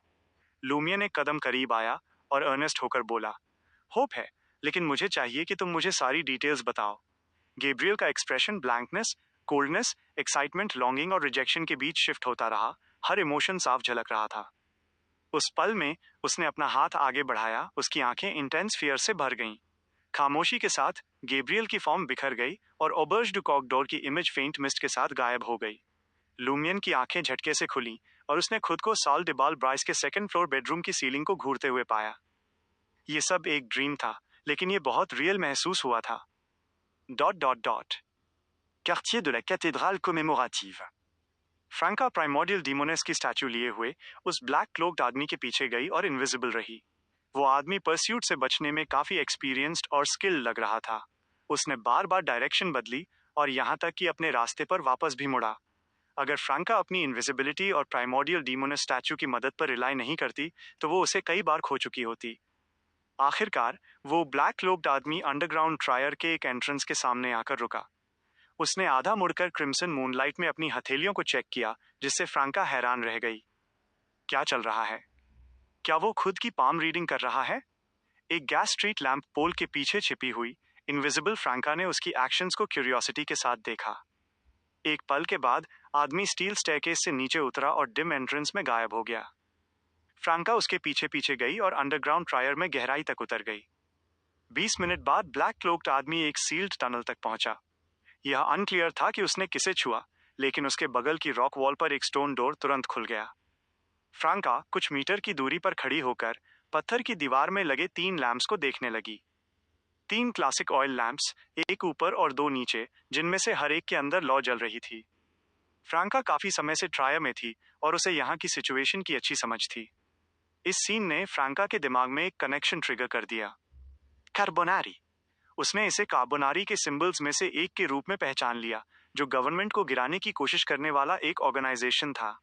उनके रैंक्स में 3 लैंप्स जलाना सिंबॉलिक था। ऊपर वाला सन को रिप्रेजेंट करता था, जबकि नीचे के 2 मून और स्टार्स को सिंबलाइज करते थे। Iron and blood cross order Carbonari के साथ कोलैबोरेट कर रहा है। फ्रैंका सरप्राइज्ड भी थी और अनसरप्राइज्ड भी। उसके पर्सपेक्टिव से iron and blood cross order का एम गवर्नमेंट को गिराकर खुद इंटिस में पावर सीज करना था। लेकिन उनका करंट फोकस अंडरग्राउंड और फोर्थ इपॉक ट्रायर के एंट्रेंस पर लग रहा था। ब्लैक क्लोक्ड आदमी तेजी से खुद खुलने वाले स्टोन डोर से गुजरा और फ्रैंका ने अंदर से निकलती हुई एक पतली, बदलती हुई व्हाइट फॉग देखी। यह फोग जानी पहचानी लग रही है। जरूर कुछ गड़बड़ है। फ्रैंका पीछा करने में हिचकिचाई जब उसने अपनी हिडन पॉकेट में एक हल्का ट्रेमर महसूस किया। फ्रैंका ने हाथ बढ़ाकर उसे छुआ। उसके एक्सप्रेशन थोड़े बदल गए। वो क्लासिक सिल्वर मिरर हल्का सा थरथराया था, वही जो अंडरग्राउंड मिरर वर्ल्ड से कनेक्टेड था। फ्रैंका अपनी कंसील्ड पोजीशन में बनी रही, बिना एक और कदम बढ़ाए स्टोन डोर को धीरे धीरे बंद होते हुए देखती रही। Dot dot dot. बहती हुई अंडरग्राउंड रिवर के किनारे वो फिगर पानी के साथ तेजी से आगे बढ़ी। उसने लैंटर्न्स, कार्बाइड लैंप्स या लाइट के किसी और सोर्स का इस्तेमाल नहीं किया, फिर भी वो अंधेरे में आसानी से चलता रहा, पॉटहोल्स, रॉक्स और ऑब्स्टिकल्स के बीच बिना किसी एफर्ट के रास्ता बनाता गया। जेना, एक मॉटल स्टोन पिलर के पीछे छिपी हुई, ने टारगेट की आंख में एक फ्लिकरिंग रेड लाइट नोटिस की। एक गहरी सांस लेते हुए उसने अपने ब्लैक कोट से ancient arrow of the blood thirsty निकाला और खुद को कॉन्फ्रंटेशन के लिए तैयार किया। उसका कॉम्बैट एक्सपीरियंस लिमिटेड नहीं था, लेकिन बहुत ज्यादा भी नहीं था। खास तौर पर उसने कभी अकेले किसी बियॉन्डर का सामना नहीं किया था। वो बस इतना कर सकती थी कि शुरुआत से ही खुद को ऑगमेंट करने के लिए अपने आर्सेनल की हर चीज का इस्तेमाल करे। उसे किसी भी एक्सीडेंट को मिनिमाइज करने के लिए पूरी कोशिश करनी थी। जेना ने ऑब्सीडियन एरो को अपनी चेस्ट में उतार दिया, जिससे वो उसका खून सोखकर जीवित हो गया। उस फिगर के करीब आने से पहले उसने खुद पर फ्लोरेसेंट पाउडर छिड़का और लगभग इनऑडिबल वॉल्यूम में एक हर्मीज इनकैंटेशन बोला, बॉडी कंसीलमेंट। उसके साथ जेना पूरी तरह गायब हो गई, अंधेरे में घुल गई, उसकी मूवमेंट्स अंडरग्राउंड रिवर की आवाज से छिप गईं। कुछ पलों बाद रेड आई वाला वो फिगर उस एरिया में पहुंचा। जेना ने साए से देखा। अचानक उस फिगर के पैरों के नीचे का अंधेरा जीवित हो उठा और इन की ब्लैक चेन्स बन गईं जिन्होंने लेग्स, वेस्ट और टॉर्सो को जकड़ लिया। वो फिगर अचानक रुक गया। उसकी आंख से एक रेड लाइट निकली। पीछे से जेना की फॉर्म मटेरियलाइज हुई। तभी जेना को अपने टारगेट का साफ नजारा मिला। वो एक आदमी था जिसने ग्रेश व्हाइट क्लॉथ बैग पकड़ा हुआ था और एक डार्क ग्रे रोब पहना हुआ था जो किसी मंक जैसा था। उसका चेहरा एक खौफनाक नजारा था, जो iron plates, gears, springs, screws, cranks और अन्य मैकेनिकल कंट्रैप्शन से बना था। उसकी दाईं आंख में एक विविड रेड जेम लगा हुआ था। डीप वैली क्लॉइस्टर का एक मंक। जेना का दिल तेजी से धड़कने लगा। उसने नहीं सोचा था कि will, God of steam and machinery church के एक मंक को टारगेट कर रहा होगा। वो और फ्रैंका पहले डीप वैली क्वारी में इसी तरह के मंक से मिल चुके थे। उन मंक्स ने मैकेनिकल मॉडिफिकेशंस के साथ अपनी बॉडीज को ऑगमेंट किया था, जिससे उन्हें एक ईरी अपीयरेंस मिलता था। एक ऐसे टारगेट का सामना करते हुए जिसका स्कल मेटल में बदल चुका था, जेना ने कानों के पीछे हमला करने का अपना इनिशियल प्लान छोड़ दिया। इसके बजाय उसने अपनी दाईं हथेली में एक डार्क फ्लेम कॉन्सेंट्रेट की और हाउलिंग विंड के बीच उसे मैकेनिकल मंक के सिर पर दे मारा। सिमल्टेनियसली एक रेड बीम निकली, जिसने अबिस जैसी दिखने वाली कुछ शैकल्स को काट दिया। हालांकि इसने सिर्फ फ्रंट वाले हिस्से को एड्रेस किया। बाकी डायरेक्शंस पहले से ही मैकेनिकली एनहांस्ड मंक को जकड़े हुए थीं। एक जोरदार इम्पैक्ट के साथ जेना ने ब्लैक फ्लेम को टारगेट के सिर में घुसा दिया। खामोश मगर डरावनी ब्लैक फ्लेम्स तुरंत फैल गईं, मंक की स्पिरिट बॉडी को कंज्यूम करने लगी और उसकी स्पिरिचुअलिटी को जला दिया। Arrow of the blood thirsty से मिली हाई स्पीड एजिलिटी का फायदा उठाते हुए जेना काउंटर अटैक से बचने के लिए मंक के चारों ओर अपनी पोजीशन लगातार बदलती रही। साथ ही उसने डीमोनेस की ब्लैक फ्लेम्स के साथ उसे पूरी तरह से कमजोर करने के मौके तलाशे, जिन्हें डार्क बाइंडिंग स्पेल से सहारा मिल रहा था। 2 मिनट से भी कम समय में वो मंक, आजाद होने में असमर्थ, जमीन पर गिर गया, बेहोश और कमजोर हो गया। जेना ने राहत की सांस ली और जमीन पर बैठ गई। उसने ग्रेश व्हाइट क्लॉथ बैग उठाया, रस्सी खोली और उसके कंटेंट्स को चेक किया। अंदर उसे कैंड पेंट्स और ऑयल पेंट ब्रशेस की एक अरे मिली। Chapter 458, same direction. Paint brushes. Jenna कुछ पल के लिए उस ग्रेश व्हाइट क्लॉथ बैग के सामान को घूरती रही। इस अनएक्सपेक्टेड डिस्कवरी से वो पल भर के लिए दंग रह गई। उसने जल्दी से प्यूरिफायर की सलाह और उनके द्वारा इकट्ठा किए गए हालिया क्लूज को याद किया। पेंटर्स और उन लोगों पर कड़ी नजर रखें जिनका शौक पेंटिंग है, क्योंकि ये संभावना थी कि उनके कुछ वर्क्स में सुपरनैचुरल एबिलिटीज थीं। क्या यह मंक एक पैशनेट पेंटर हो सकता था, या वो बस किसी आर्टिस्ट को पेंट और ब्रशेस डिलीवर कर रहा था? ये एक रूटीन टास्क लगता है, लेकिन ये तथ्य कि उसने इस काम के लिए अंडरग्राउंड ट्रायर की गहराइयों को चुना था शक पैदा करता है। ये टाइम कंस्ट्रेंट्स का मामला नहीं लग रहा था। या तो उसकी डेस्टिनेशन के साथ कोई प्रॉब्लम है, या जिस पेंटर को वो ढूंढ रहा है वो प्रॉब्लमैटिक है। शायद सब कुछ ही प्रॉब्लमैटिक है। जेना के दिमाग में विचारों की बौछार होने लगी, जिससे उसे मैकेनिकली एनहांस्ड मंक और उस हॉस्टल के बीच संबंध होने का शक हुआ जिसकी वे जांच कर रहे थे। ये पॉसिबल था कि सुपरनैचुरल पावर्स वाला कोई आर्टिस्ट अंडरग्राउंड दीवारों पर म्यूरल्स बना रहा हो, जिसके लिए उसे पेंट और टूल्स की भारी सप्लाई की जरूरत थी। जेना ने किसी सुराग के लिए मंक के चोगे की तलाशी लेने का फैसला किया, जिसमें उसे केवल कुछ सिक्के और बैंक नोट्स मिले। उसने इन चीजों को उसी ग्रेश व्हाइट क्लॉथ बैग में रख दिया और एक गांठ बांधकर उसे सिक्योर कर दिया। जैसे ही उसने उन जटिल मैकेनिकल कंपोनेंट्स की जांच की जिनसे मंक के शरीर का आधा हिस्सा बना था, उसने उसे एक बार फिर से अक्षम करने के लिए डीमोनस की ब्लैक फ्लेम्स का उपयोग करने के बारे में सोचा। उसकी प्लान उसे सीएल, फ्रैंका और एंथनी की मदद से इंटेरोगेशन के लिए वापस सरफेस पर ले जाने की थी। एक विच होने के नाते जेना ने स्पिरिट चैनलिंग से संबंधित रिचुअलिस्टिक मैजिक में महारत हासिल कर ली थी, लेकिन उसमें प्रैक्टिकल एक्सपीरियंस की कमी थी और वो ऐसी गलती करने को लेकर चिंतित थी जिससे उनका लीड हाथ से निकल जाए। उसे एक सुरक्षित प्रेयर टारगेट की भी जरूरत थी, इसलिए उसने इस काम को अनुभवी लूमियन और फ्रैंका पर छोड़ने का इरादा किया। जैसे ही जेना अपनी प्लान को एक्शन में लाने वाली थी, बेहोश मंक के चेहरे पर लगे कई गियर्स अचानक अपने आप घूमने लगे, जिससे एक अनसेटलिंग क्लिकिंग और क्लैकिंग की आवाज पैदा हुई। वे मैकेनिकल पार्ट्स जैसे जी उठे, पागलों की तरह घूमने लगे और मंक के शरीर के दूसरी तरफ के मांस और खून को निगलने लगे, जिससे वो एक खौफनाक मंजर में बदल गया। ये सीन किसी फैक्ट्री में हुए एक भयानक एक्सीडेंट जैसा लग रहा था, जहां कोई ऑपरेटर एक विशाल मशीन में गिर गया हो। जेना की इंस्टिंक्ट्स ने उसे तुरंत आने वाले खतरे की चेतावनी दी, लेकिन इससे पहले कि वो रिएक्ट कर पाती, वे मैकेनिकल पार्ट्स उसके अपने मांस और खून के साथ उसकी ओर लपके। टूटने और चरचराने की आवाजों के बीच वो एक मिरर में बदल गई, जो इंच दर इंच चकनाचूर हो गया। जेना अंडरग्राउंड रिवर से लगभग 10 मीटर दूर फिर से प्रकट होने में सफल रही। पीछे मुड़कर देखे बिना उसने फुर्ती से ग्रेश व्हाइट क्लॉथ बैग और अपनी छाती में गड़े arrow of the blood thirsty को पकड़ा। वो चट्टानी दीवार के चारों ओर से भागते हुए तेजी से सरफेस की ओर निकल गई। उसके पीछे धातु के घिसने और टकराने की आवाजें जारी रहीं, लेकिन वे उसे पकड़ नहीं सकीं। धीरे धीरे वो शोर कम होने लगा। आखिरकार जेना ने जमीन पर गिरते धातु के हिस्सों की साफ आवाज सुनी और अपनी रफ्तार धीमी करते हुए उसने राहत की सांस ली। जेना तब तक दौड़ती रही जब तक वो अंडरग्राउंड ट्रायर में एक नेम्ड लोकेशन पर नहीं पहुंच गई, जहां वो अंततः धीमी हुई और सावधानी से अपनी छाती से arrow of the blood thirsty को निकाला। खून की कमी के कारण वो अपनी ताकत कम होती महसूस कर रही थी, लेकिन वो अपनी पिछली सावधानी के लिए शुक्रगुजार थी कि उसने मंक के बेहोश होने पर अपनी छाती से ऑब्सिडियन एरो नहीं निकाला था। उसने इसे शरीर में गड़ा हुआ रखकर ही अपनी तलाशी पूरी करने का फैसला किया था। अगर ऐसा न होता, तो वो उस भयानक मैकेनिकल शरीर द्वारा पकड़ी जा सकती थी, इससे पहले कि उसे उस मिस्टिकल आइटम को एक बार फिर इस्तेमाल करने का मौका मिलता। जैसे ही जेना ने अपने आसपास का जायजा लिया और अंडरग्राउंड एवेन्यू डू मार्श को ढूंढा, उसने अपने इस भयानक अनुभव पर विचार किया। ऐसा महसूस हुआ जैसे फ्रैंका और सीएल ने जो डरावनी कहानियां सुनाई थी, उनकी भयानक शक्तियों के साथ अब हकीकत बन गई थी। मंक के शरीर के वे हिस्से जिनका मैकेनिकल एनहांसमेंट हुआ था, उन्होंने एक डरावनी जानदार स्थिति धारण कर ली थी, और वो पुनर्जीवित मशीनरी इंसान के मांस और खून को निगल रही थी। यही मिस्टिकल वर्ल्ड का असली स्वभाव है, जहां बियॉन्ड पावर्स के साथ अकल्पनीय खतरे भी आते हैं। जेना अंडरग्राउंड एवेन्यू डू मार्श की ओर मुड़ी और उन सीढ़ियों की ओर बढ़ी जो उसे वापस सरफेस पर ले जाएंगी। साथ ही वो इस संदेह को दूर नहीं कर सकी कि वो रहस्यमयी मंक और वो भयानक गुप्त गुफा, जिसे उसने और फ्रैंका ने डीप वैली क्वारी में ढूंढा था, किसी तरह आने वाली तबाही से जुड़े हुए थे। Dot dot dot. पत्थर का दरवाजा बंद होने और अंधेरी सुरंग में सन्नाटा छा जाने के बाद फ्रैंका अपनी छिपने की जगह से बाहर निकली और सरफेस पर लौटते समय इनविजिबल रही। उसने अभी अभी देखे गए मंजर को फिर से याद किया और उस जानी पहचानी फीलिंग के सोर्स को पिन पॉइंट करने की कोशिश की, जो उस हमेशा बदलते हुए पतले सफेद कोहरे से आ रही थी। जैसे ही वो जवाब ढूंढने के लिए मैजिक मिरर डिविनेशन या ड्रीम डिविनेशन का सहारा लेने ही वाली थी, उसे एक पुरानी याद आई। उसे वो पल याद आया जब उसने और जेना ने अंडरग्राउंड में डीप वैली क्लॉइस्टर के वॉरलॉक जैसे कपड़े पहने हुए आदमी को खत्म किया था। उनकी स्पिरिट चैनलिंग के दौरान मिरर में वैसा ही कोहरा दिखाई दिया था। दूसरे पक्ष की फटी हुई लाश खून की धुंध में बदल गई थी, जिससे संबंधित विशेषताएं उजागर हुई थीं, लेकिन रंग अलग थे।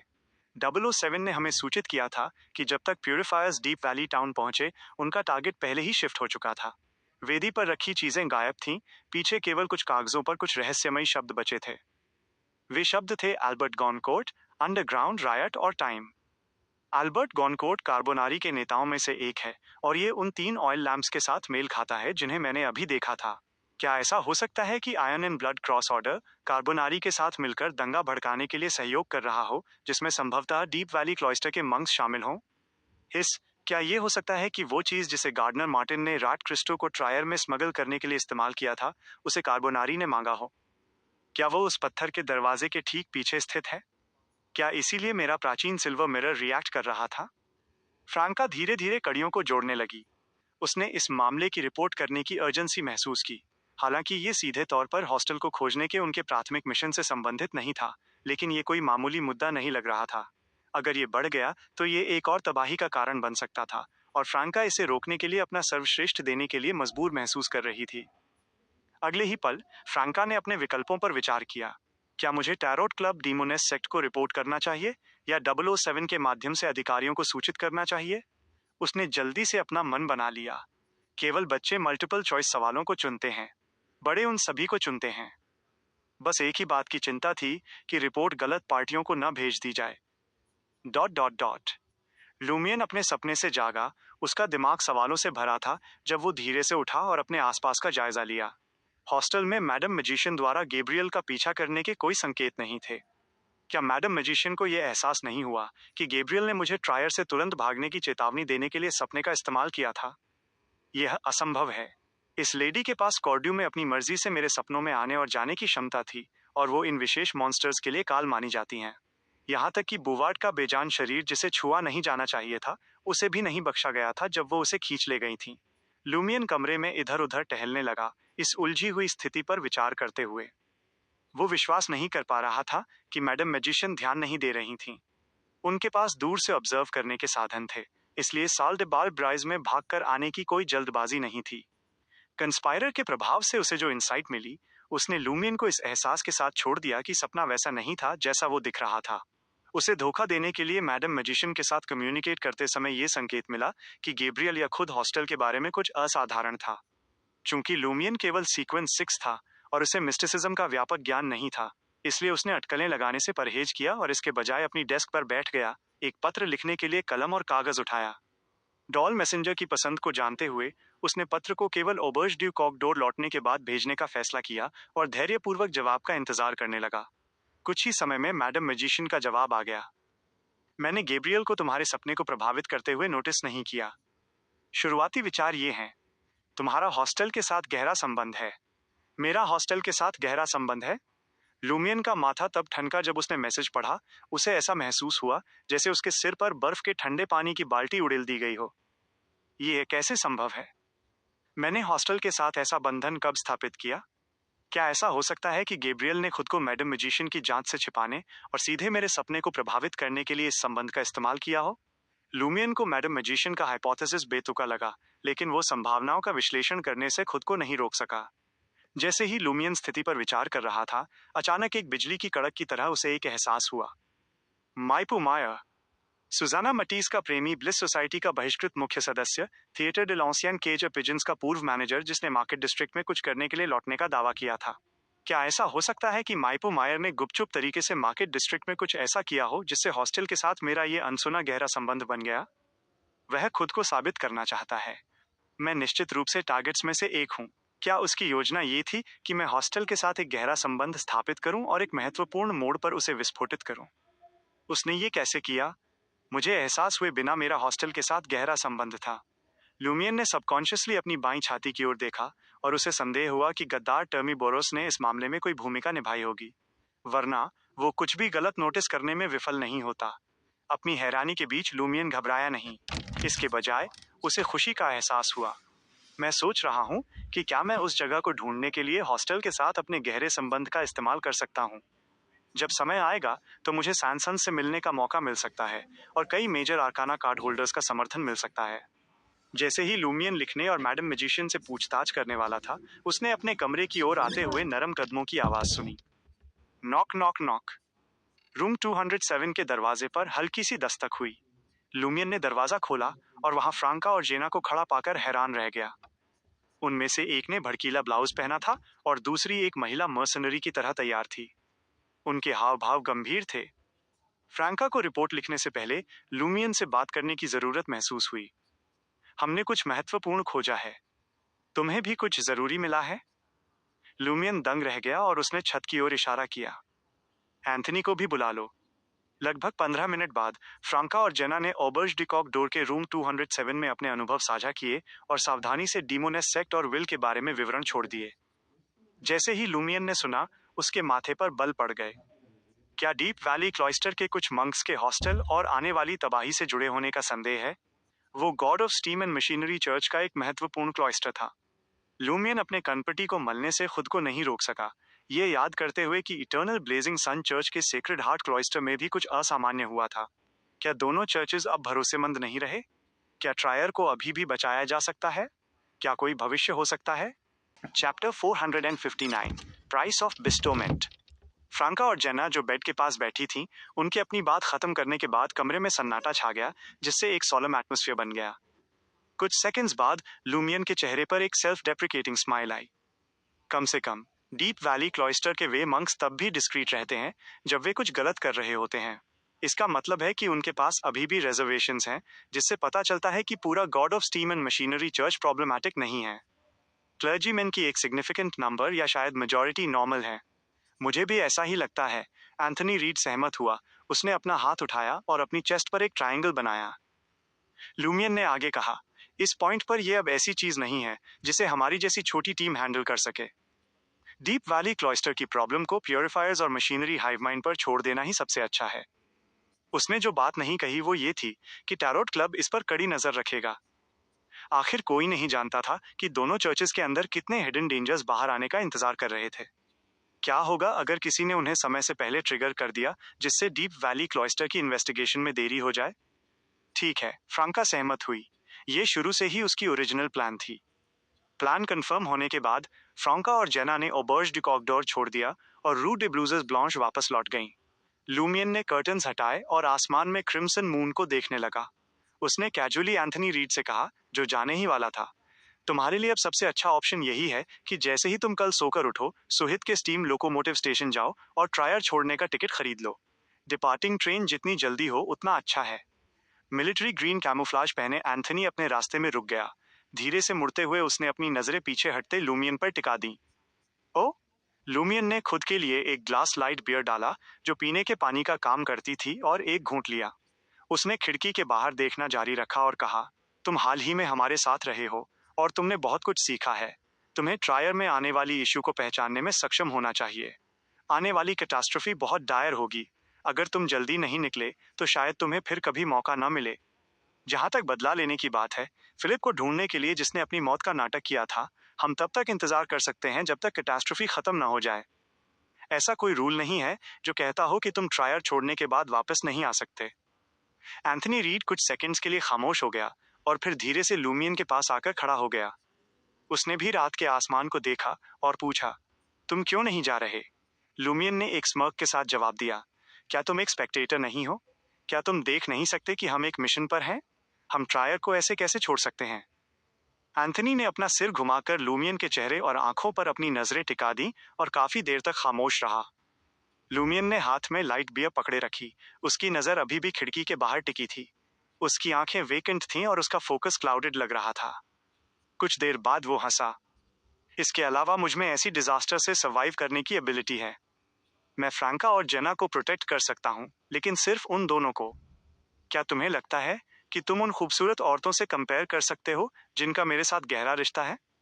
उसका प्रोटेक्शन फ्रैंका और जेना को लाविनी डॉक्स पर द फूल्स कैथीड्रल में टेलीपोर्ट करने की ओर इशारा था। लूमियन के मजाक का इंतजार किए बिना उसने आगे कहा, मैं अपनी लिमिटेशन से अच्छी तरह वाकिफ हूँ और ये सब सीधे तौर पर मुझसे कंसर्न नहीं रखता। हालांकि मैं कई सालों से ट्रायर में हूँ। मैं कई इन्फॉर्मेंट्स, पड़ोसियों और बच्चों को जानता हूँ जो स्वीट्स या कॉपिट के बदले इन्फॉर्मेशन ट्रेड करेंगे। मैं कुछ दिनों में उनकी मौत के बारे में नहीं सुनना चाहता और जब मैं अपनी आंखें बंद करूं तो उनके दर्द भरे चेहरे नहीं देखना चाहता। मैं तुम्हारे साथ कोऑपरेट करने की पूरी कोशिश करूंगा और जो बन पड़ेगा वो करूंगा। केवल तभी जब कोई और रास्ता नहीं बचेगा मैं पीछे हटने के बारे में सोचूंगा। तुम्हें समझने की जरूरत नहीं है। ये सिवियर साइकोलॉजिकल प्रॉब्लम्स वाले एक पेशेंट का पैरानॉइड डिसीजन हो सकता है। लूमियन हंसा और कमेंट किया, तुम इसे ऐसे साउंड करा रहे हो जैसे किसी और को साइकोलॉजिकल प्रॉब्लम्स नहीं हैं। अपना ट्रीटमेंट पूरा करने से पहले मेरी साइकोलॉजिकल प्रॉब्लम्स तुम्हारी तुलना में बहुत बदतर थीं। एंथनी रीड के चेहरे पर एक मुस्कान आई। तो तुमने भी रुकने का फैसला किया, है ना? वो मुड़ा और अपनी शॉर्ट सिगरेट के कश लेते हुए रूम 207 से बाहर निकल गया। लूमियन ने ट्रायर के नाइट व्यू का आनंद लिया। रू अनारशी का शोर उसके चिंतन के बैकड्रॉप के रूप में काम कर रहा था। उसने अपना लाइट बियर का ग्लास खाली कर दिया। फिर वो अपनी सीट पर बैठा, कर्टन्स खींचे और मैडम मैजिशियन को लिखना शुरू किया। New leads. अब 3 इन्वेस्टिगेशन डायरेक्शंस हैं। पहला, डीप वैली क्लॉइस्टर और सेक्रेड हार्ट क्लॉइस्टर। दूसरा, मैं खुद और हॉस्टल के बीच के स्ट्रॉन्ग कनेक्शन का इस्तेमाल उस अंडरग्राउंड रूट में घुसने के लिए कर सकता हूँ, जिसे जेना ने फॉलो किया था जब वो नदी के पास मंक से मिली थी। अपनी इंस्टिंक्ट्स को फॉलो करके मैं सीधे हॉस्टल पहुंचने की कोशिश कर सकता हूँ। तीसरा, गार्डनर मार्टिन पर हमला। चूंकि iron and blood cross order Carbonari के साथ कोलैबोरेट करता है, जो डीप वैली क्लॉइस्टर इंसिडेंट से जुड़ा है, वे इसमें इन्वॉल्व हो सकते हैं और उनके पास वैल्यूएबल इंफॉर्मेशन हो सकती है। लेटर भेजने के बाद लूमियन चिंता, फ्रस्ट्रेशन और एंटिसिपेशन के मिश्रण से जूझते हुए अपने कमरे में टहलने लगा। जल्द ही मैजिशियन का जवाब आया। हम पहली डायरेक्शन की रिस्पॉन्सिबिलिटी लेंगे। मैंने दूसरी डायरेक्शन का जिक्र करने से परहेज किया क्योंकि ये तुम्हारे लिए सिग्निफिकेंट रिस्क पैदा करती है। इसके अलावा गैब्रियल की वार्निंग का शायद पता चल गया है, इसलिए हॉस्टल ऐसी इंट्रूजन्स के खिलाफ हाई अलर्ट पर होगा। हम सावधानी से तीसरी डायरेक्शन को एक्सप्लोर कर सकते हैं, लेकिन गार्डनर मार्टिन का सामना करने से पहले तुम्हें अच्छी तरह तैयार होना चाहिए। खामोशी के साथ क्रिम्सन फ्लेम्स भड़क उठी, जिससे लूमियन के हाथ में मौजूद कागज जल गया। उसने मेंटल फटीग से रिकवर करने के लिए कुछ आराम करने का प्लान बनाया। सुबह वो फ्रैंका, जेना और एंथनी के साथ मिलकर उनके प्लान ऑफ एक्शन पर डिस्कस करेगा। Dot dot dot. Apartment 601 3 rue des Blouses Blanches। फ्रैंका ने अपने कॉटन पजामास नहीं बदले थे। वो अभी भी अपने डे टाइम कपड़ों में थी। उसे कमरे में टहलते हुए देखकर जेना ने कंफ्यूजन में अपनी भौहें सिकोड़ते हुए पूछा, तुम्हें क्या चीज परेशान कर रही है? फ्रैंका ने आ भरी और जवाब दिया, मेरा इरादा अब गार्डनर को ढूंढने का है। हालांकि सीएल ने अभी इसका जिक्र नहीं किया, लेकिन मैं सेंस कर सकती हूँ कि वो अगले 2 दिनों में गार्डनर से डील करने का प्रपोज करेगा। ये एक क्लियर ब्रेक थ्रू है। मुझे और ज्यादा प्लेजर डाइजेस्ट करने के मौके को हाथ से नहीं जाने देना चाहिए। जेना ने फ्रैंका की प्रोफाइल को देखा, टॉपिक बदलने से पहले अपने होंठ सिकोड़े।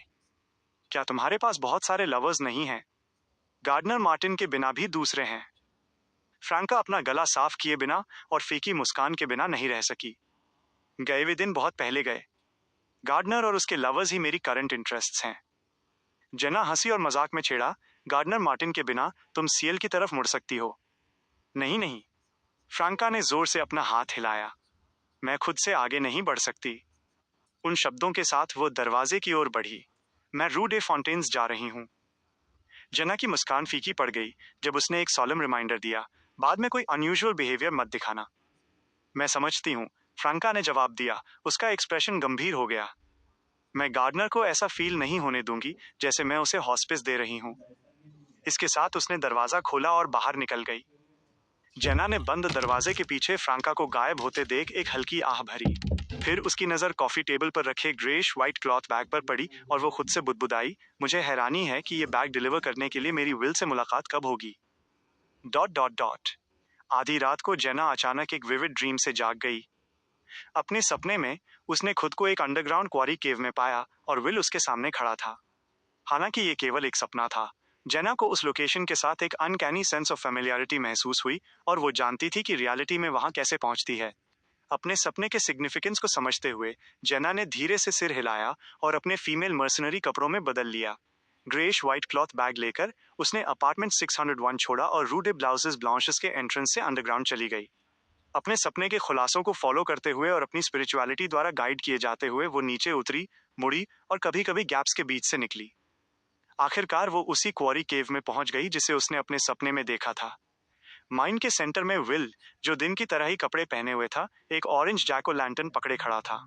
वो विशेष रूप से खुश नहीं लग रहा था। वो एक ऐसे स्टूडेंट जैसा लग रहा था जिसे उसके पेरेंट्स और टीचर्स ने स्कूल से भागते हुए पकड़ लिया हो।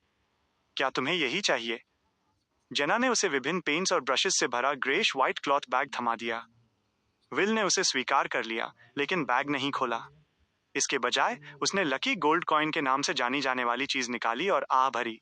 ये तुम्हारा रिवॉर्ड है। ये तुम्हारी किस्मत और बदकिस्मती दोनों है। ये सिग्निफाई करता है कि तुम बहुत सी चीजों का सामना करोगी और एक सिग्निफिकेंट रिस्पॉन्सिबिलिटी उठाओगी। शायद तुम इसे अभी पूरी तरह से न समझ पाओ, लेकिन एक दिन तुम समझ जाओगी। जब से हेरेटिक्स मार्केट डिस्ट्रिक्ट में तबाही लाए हैं, मेरे लिए पीछे हटने का कोई रास्ता नहीं बचा है। केवल मिस्टिसिज्म की इस खतरनाक दुनिया में आगे बढ़कर ही मैं उन लोगों को प्रोटेक्ट कर सकती हूँ जिनकी मैं परवाह करती हूँ। जेना खामोशी से सोची। उसने लोन गोल्ड पाउंड ले लिया। उसने उसे चेक किया और पूछा, मुझे इसका इस्तेमाल कैसे करना चाहिए? बस इसे अपने पास रखो, विल ने सलाह दी और अपने जैक ओ लैंटर्न को पकड़कर क्वारी केव की गहराइयों में गायब होने से पहले अपना हाथ हिलाया। जेना ने लकी गोल्ड कॉइन को संभाल कर रखा और वापस सरफेस की ओर चल दी। उसे हैरानी हुई जब उसने पाया कि वो उस रास्ते को याद नहीं कर पा रही थी जिससे वो आई थी। जहां वो अपनी स्पिरिचुअलिटी के गाइडेंस से पहुंची थी, अब वो पूरी तरह जाग चुकी थी और उस गाइडेंस से महरूम थी। जेना के पास इंडिपेंडेंटली अपना रास्ता ढूंढने के अलावा कोई चॉइस नहीं थी। वो असेंडिंग के एक जनरल प्रिंसिपल को फॉलो कर रही थी। कुछ देर चलने के बाद अचानक जमीन जोर से हिली, जैसे दूर कहीं कोई एक्सप्लोजन हुआ हो। एक अर्थक्वेक या कोई और अनोमली? जेना ने अपना माथा सिकोड़ा और ऊपर की ओर ले जाने वाले रास्ते को ढूंढने के लिए अपनी रफ्तार तेज कर दी। जैसे ही वो एक रॉक वॉल के कोने पर मुड़ी, उसके पैर अचानक डगमगा गए। जमीन पहले ही धंस चुकी थी और अब वो पूरी तरह कोलैप्स हो गई थी। कोलैप्स की गूंजती हुई आवाजों के बीच जेना समय पर रिएक्ट नहीं कर सकी और जमीन के फटने के साथ ही और गहराई में गिर गई। उसने तेजी से अपनी बॉडी को एडजस्ट किया और अपनी असैसिन एबिलिटीज को एक्टिवेट किया, जिससे वो एक पंख की तरह खूबसूरती से नीचे उतर सकी। Chapter 460, chain reaction. Deep valley quarry के हिल डिस्ट्रिक्ट में गेटकीपर एक बार फिर सो गया, जिसे मशीनरी हाइव माइंड के दो मेंबर्स उठाकर ले गए। एक व्हाइट प्रीस्ट के चोगे और क्लर्जीमैन की टोपी पहने हुए होरामिक हेडन ने खुली हुई माइन के एंट्रेंस की ओर देखा। उनका परोपकारी और कोमल चेहरा सायों में छिपा हुआ था। लोअन किंगडम में church of the God of steam and machinery के अपने सभी डायोसिस खोने के बाद बैकलैंड के पूर्व आर्च बिशप और डिवाइन काउंसिल के मेंबर होरामिक इंटिस के हेडक्वार्टर्स वापस लौट आए थे। पिछले कुछ सालों में उन्होंने एक फायर फाइटर की तरह विभिन्न जगहों की यात्रा की थी और कई गंभीर बियॉन्डर इंसिडेंट्स को हैंडल किया था। वह God of steam and machinery church के ज्यादातर पादरियों से बेहतर समझते थे कि शांति के बाहरी दिखावे के बावजूद दुनिया सड़ते हुए जख्मों से भरी हुई थी। समस्याएं हर तरफ थीं और अंधेरे में छिपे हुए खतरे मंडरा रहे थे। ऑर्थोडॉक्स चर्चेस और सरकारी ऑर्गेनाइजेशंस केवल स्टेबिलिटी बनाए रखने की कोशिश ही कर सकते थे। होरामिक ने अपने विचारों को समेटा और एक खामोश आह भरी। वो अपने बगल में खड़े मशीनरी हाइव माइंड डीकन की ओर मुड़े और घोषणा की, चलो एक्शन लेते हैं। भगवान हमारी रक्षा करेंगे। स्टीम की कसम। जैसे ही उन्होंने कहा, उन्होंने अपनी छाती पर एक ट्रायंगुलर सेक्रेड एम्बलम बनाया। हट्टे कट्टे मशीनरी हाइव माइंड डीकन ने प्यूरिफिकेशन का आदेश दिया और हाइव माइंड के मेंबर्स तुरंत एक्शन में आ गए। कुछ लोगों ने लोहे जैसी काली बैरल के आकार की चीजें उठाईं, जबकि अन्य लोगों ने अपने कंधों पर स्टीम फायरआर्म्स जैसे दिखने वाले हथियार रखे, जिनमें बैकपैक्स या सुनहरे गोला बारूद की बेल्ट्स नहीं थीं। फिर भी अन्य लोगों ने चमड़े के स्क्रोल्स, विभिन्न धातुओं से बने चार्म्स और कुछ नुकीली अंगूठियां, छड़ें और अन्य चीजें आगे कर दी। रंबल। सूरज जैसा छोटा सुनहरा फायरबॉल सबसे पहले एक कैनन बैरल से बाहर निकला और क्वारी केव के बीचों बीच जाकर गिरा। उसके पीछे रंग बिरंगे कैनन बॉल्स और अलग अलग आकार की गोलियों की बौछार हुई। प्रकाश और फैली हुई लहरों ने पूरी डीप वैली क्वारी को बार बार साफ किया, जिससे गुफा की स्ट्रक्चरल इंटेग्रिटी बनी रही और केवल थोड़ा सा ही हिस्सा ढहा। प्यूरिफिकेशन के कुछ राउंड्स के बाद क्वारी के अंदर मौजूद छिपी हुई गुफा का रास्ता खुल गया और उसका अंदरूनी हिस्सा सामने आ गया। होरामिक की आंखों में एक अमानवीय गहरी लाल चमक आई। वो साफ देख सकते थे कि गुप्त गुफा के अंदर की सफेद धुंध लगभग पूरी तरह से खत्म हो चुकी थी। इंसानी हाथ और पैर दोनों तरफ की चट्टानी दीवारों में धंसे हुए थे। आर्चबिशप आगे बढ़े और मशीनरी हाइव माइंड की दो स्क्वाड्स को लेकर क्वारी के अंदर छिपी हुई गुफा में चले गए। अंदर जाने से पहले उन्होंने पास ही मौजूद डीप वैली क्लॉइस्टर पर एक नजर डाली, जिसकी ट्रायर के आर्चबिशप द्वारा सील्ड आर्टिफैक्ट्स के साथ कड़ी निगरानी की जा रही थी। होरामिक ने गियर्स, क्रैंकशाफ्ट्स और अन्य मैकेनिकल कंपोनेंट्स से जुड़े इंसानी हाथों और पैरों को ध्यान से देखा, जो किसी एक्सपेरिमेंटल सब्जेक्ट्स की तरह लग रहे थे। डीकन के आदेश पर मशीनरी हाइव माइंड के मेंबर्स ने प्यूरिफिकेशन का एक और राउंड शुरू किया। वे तब तक डटे रहे जब तक कि वे हाथ, पैर और मशीनरी राख या टुकड़ों में नहीं बदल गए, जिससे उन्हें गुप्त गुफा में आगे बढ़ने और टनल से नीचे उतरने का मौका मिला। कई कोशिशों के बाद होरामिक और मशीनरी हाइव माइंड के मेंबर्स, जिनके सफेद बाल पादरी की टोपियों में छिपे हुए थे, एक विशाल लेबोरेटरी जैसे चेंबर में पहुंचे। यहाँ इंसानी हाथ मशीनरी के साथ जुड़े हुए थे, जो सीलिंग ट्रैक्स के सहारे चल रहे थे। लगातार अलमारियों, सिंक्स, लंबी मेजों और लोहे के बक्सों को पकड़े हुए थे और उन्हें हॉल के सबसे गहरे हिस्से में जलती हुई आग की ओर ले जा रहे थे।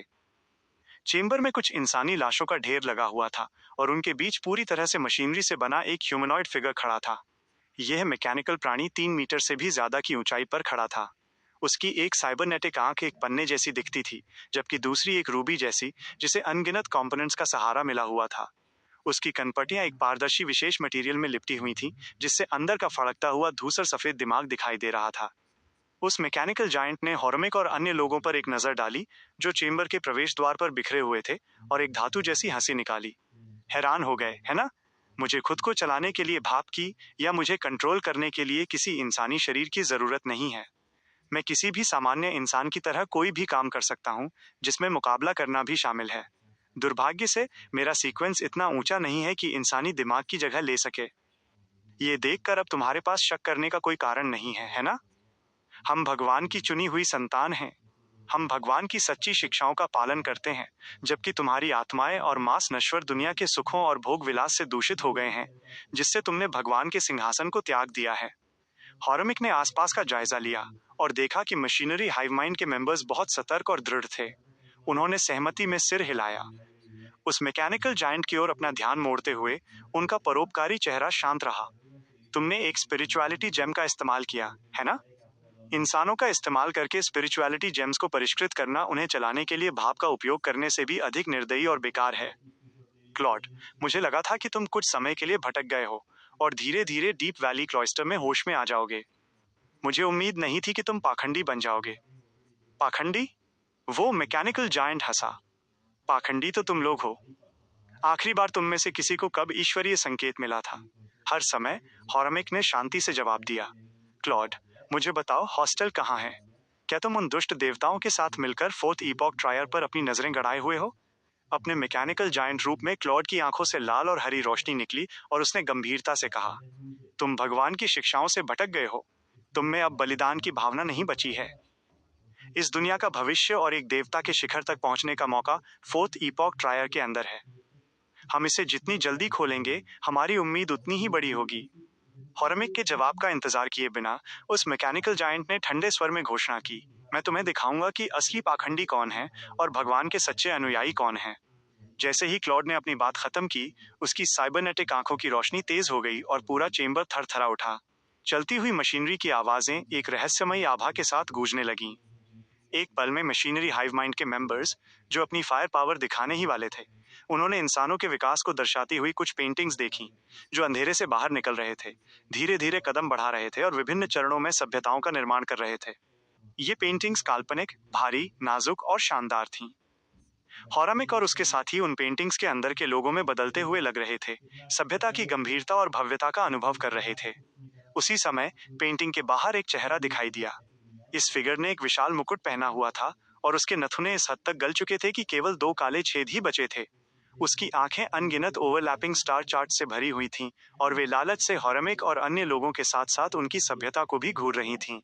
खामोशी से पेंटिंग की सतह पर और भी चेहरे दब गए। कुछ के सिर एक स्केल द्वारा बीच से कटे हुए थे, जबकि अन्य पीले कागजों से सजे हुए थे जिन पर अजीबोगरीब सिंबल्स बने थे। कुछ लोग गेहूं और चावल की बालियों से ढके हुए थे, जबकि अन्य ने मुश्किल से ही इंसानी रूप लिया था। उनके शरीर विभिन्न सिंबल से सजे थे।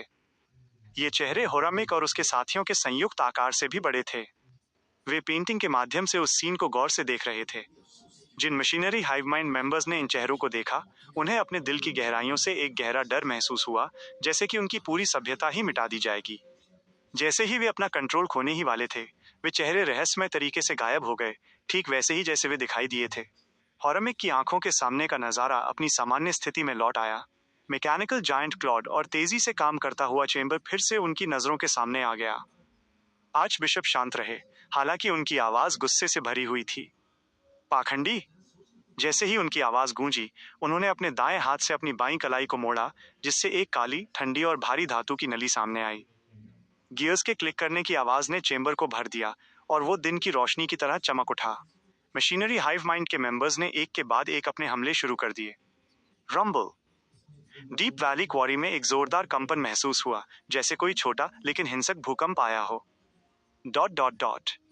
अंडरग्राउंड ट्रायर में उस पत्थर के दरवाजे के ठीक बाहर, जहां से कार्बोनारी गायब हुए थे, लाल रंग के फायरबॉल्स हवा में मंडरा रहे थे, जिससे अंधेरी सुरंग में एक गर्म चमक फैल गई थी। ब्लेजिंग डैनेट्स, जो एक लिनन की शर्ट, भूरा जैकेट, गहरे रंग की पैंट और काले चमड़े के जूते पहने हुए था, उसका एक हाथ अपनी जेब में था और उसकी नजर पास ही मौजूद पत्थर के दरवाजे पर टिकी थी। उसके जलते हुए पीले बाल और भौहें उसके चेहरे को फ्रेम कर रही थीं, और उसने कैजुअली अपने मुंह में एक वीट दबा रखा था, अपनी गहरे नीले रंग की लेकिन चमकदार आंखों से आसपास का जायजा ले रहा था। लगभग 20 आदमी, जो सभी नाविकों की तरह कपड़े पहने हुए थे, चुपचाप आसपास फैल गए। कुछ लोग खंजर घुमा रहे थे, अन्य लोग अपने रिवॉल्वर के बैरल साफ कर रहे थे और कुछ लोग इंतजार में अपनी गर्दनें मटका रहे थे। एक मुस्कुराते हुए भूरे बालों वाले नाविक ने आखिरकार खामोशी तोड़ी और ब्लेजिंग डैनिथ से सवाल किया, कैप्टन, हम कार्बोनारी का पीछा करने में इंटिस सरकार की मदद क्यों कर रहे हैं? और हम ये मुफ्त में क्यों कर रहे हैं? डैनिथ्स ने उसकी ओर एक नजर डाली, अपने मुंह से वीट थूका और बुदबुदाया, मूर्ख कहीं के, क्या तुम ट्रायर को खंडहर में देखना चाहते हो? क्या तुम लोग अभी भी इंटिजन नहीं हो? जैसे ही उसने कहा, उसने पत्थर के दरवाजे पर अपना मुक्का मारा। क्या पागलों के इस ग्रुप को नहीं पता कि उनके कैप्टन की ट्रायर में बहुत सारी संपत्तियां हैं? डैनिथ्स की बंद मुट्ठी की सतह पर सफेद लपटें इकट्ठा हो गईं जब उसने मुक्का आगे मारा। आखिरकार वे एक विनाशकारी आभा छोड़ते हुए एक फायरबॉल में बदल गईं। बूम! जमीन हिल गई और पत्थर का दरवाजा चकनाचूर हो गया। Dot dot dot. जन्ना उस अंतहीन लगने वाले अंधेरे में खूबसूरती से नीचे उतरती गई, कभी कभी बजरी से टकराती लेकिन किसी भी शारीरिक नुकसान से बचती रही। गिरते हुए जब उसे एक लंबा समय बीत गया, तब उसके पैरों ने आखिरकार ठोस जमीन को छुआ। उसकी खूबसूरत नीली आंखों में एक इमारत की झलक दिखी। ये थोड़ा टेढ़ा बेज रंग का घर था। नीचे की 3 मंजिलों पर रोजेल के युग के आर्किटेक्चरल मार्क्स थे, जिनमें स्तंभ वाली दीवारें, मेहराब और बड़ी खिड़कियां शामिल थीं। इसके विपरीत ऊपर की 2 मंजिलें बाद में कच्ची तरह से जोड़ी हुई लग रही थीं। ये तो, जेना साफ तौर पर हैरान रह गई। उसके सामने जो इमारत थी, उसे वो बहुत अच्छी तरह से पहचानती थी। वो ऑबर्ज डू कॉकडोर था। उसी पल ऑबर्ज डू कॉकडोर के कई कमरों से रोशनी बाहर आई। जेना ने एक आदमी और एक औरत को देखा, जो तीसरी मंजिल की बालकनी पर खड़े थे और एक दूसरे को गले लगा रहे थे। वो आदमी काले फ्रेम वाला चश्मा पहने हुए था। उसके भूरे बाल करीने से संवरे हुए थे, जिससे उसका रूप निखरा हुआ लग रहा था।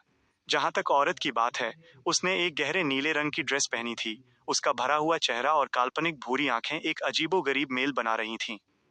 धक धक, जना का दिल जोर से धड़कने लगा। वो उस औरत से वास्तव में कभी नहीं मिली थी, लेकिन वो उस आदमी से परिचित थी। वो लापता नाटककार गैब्रियल था।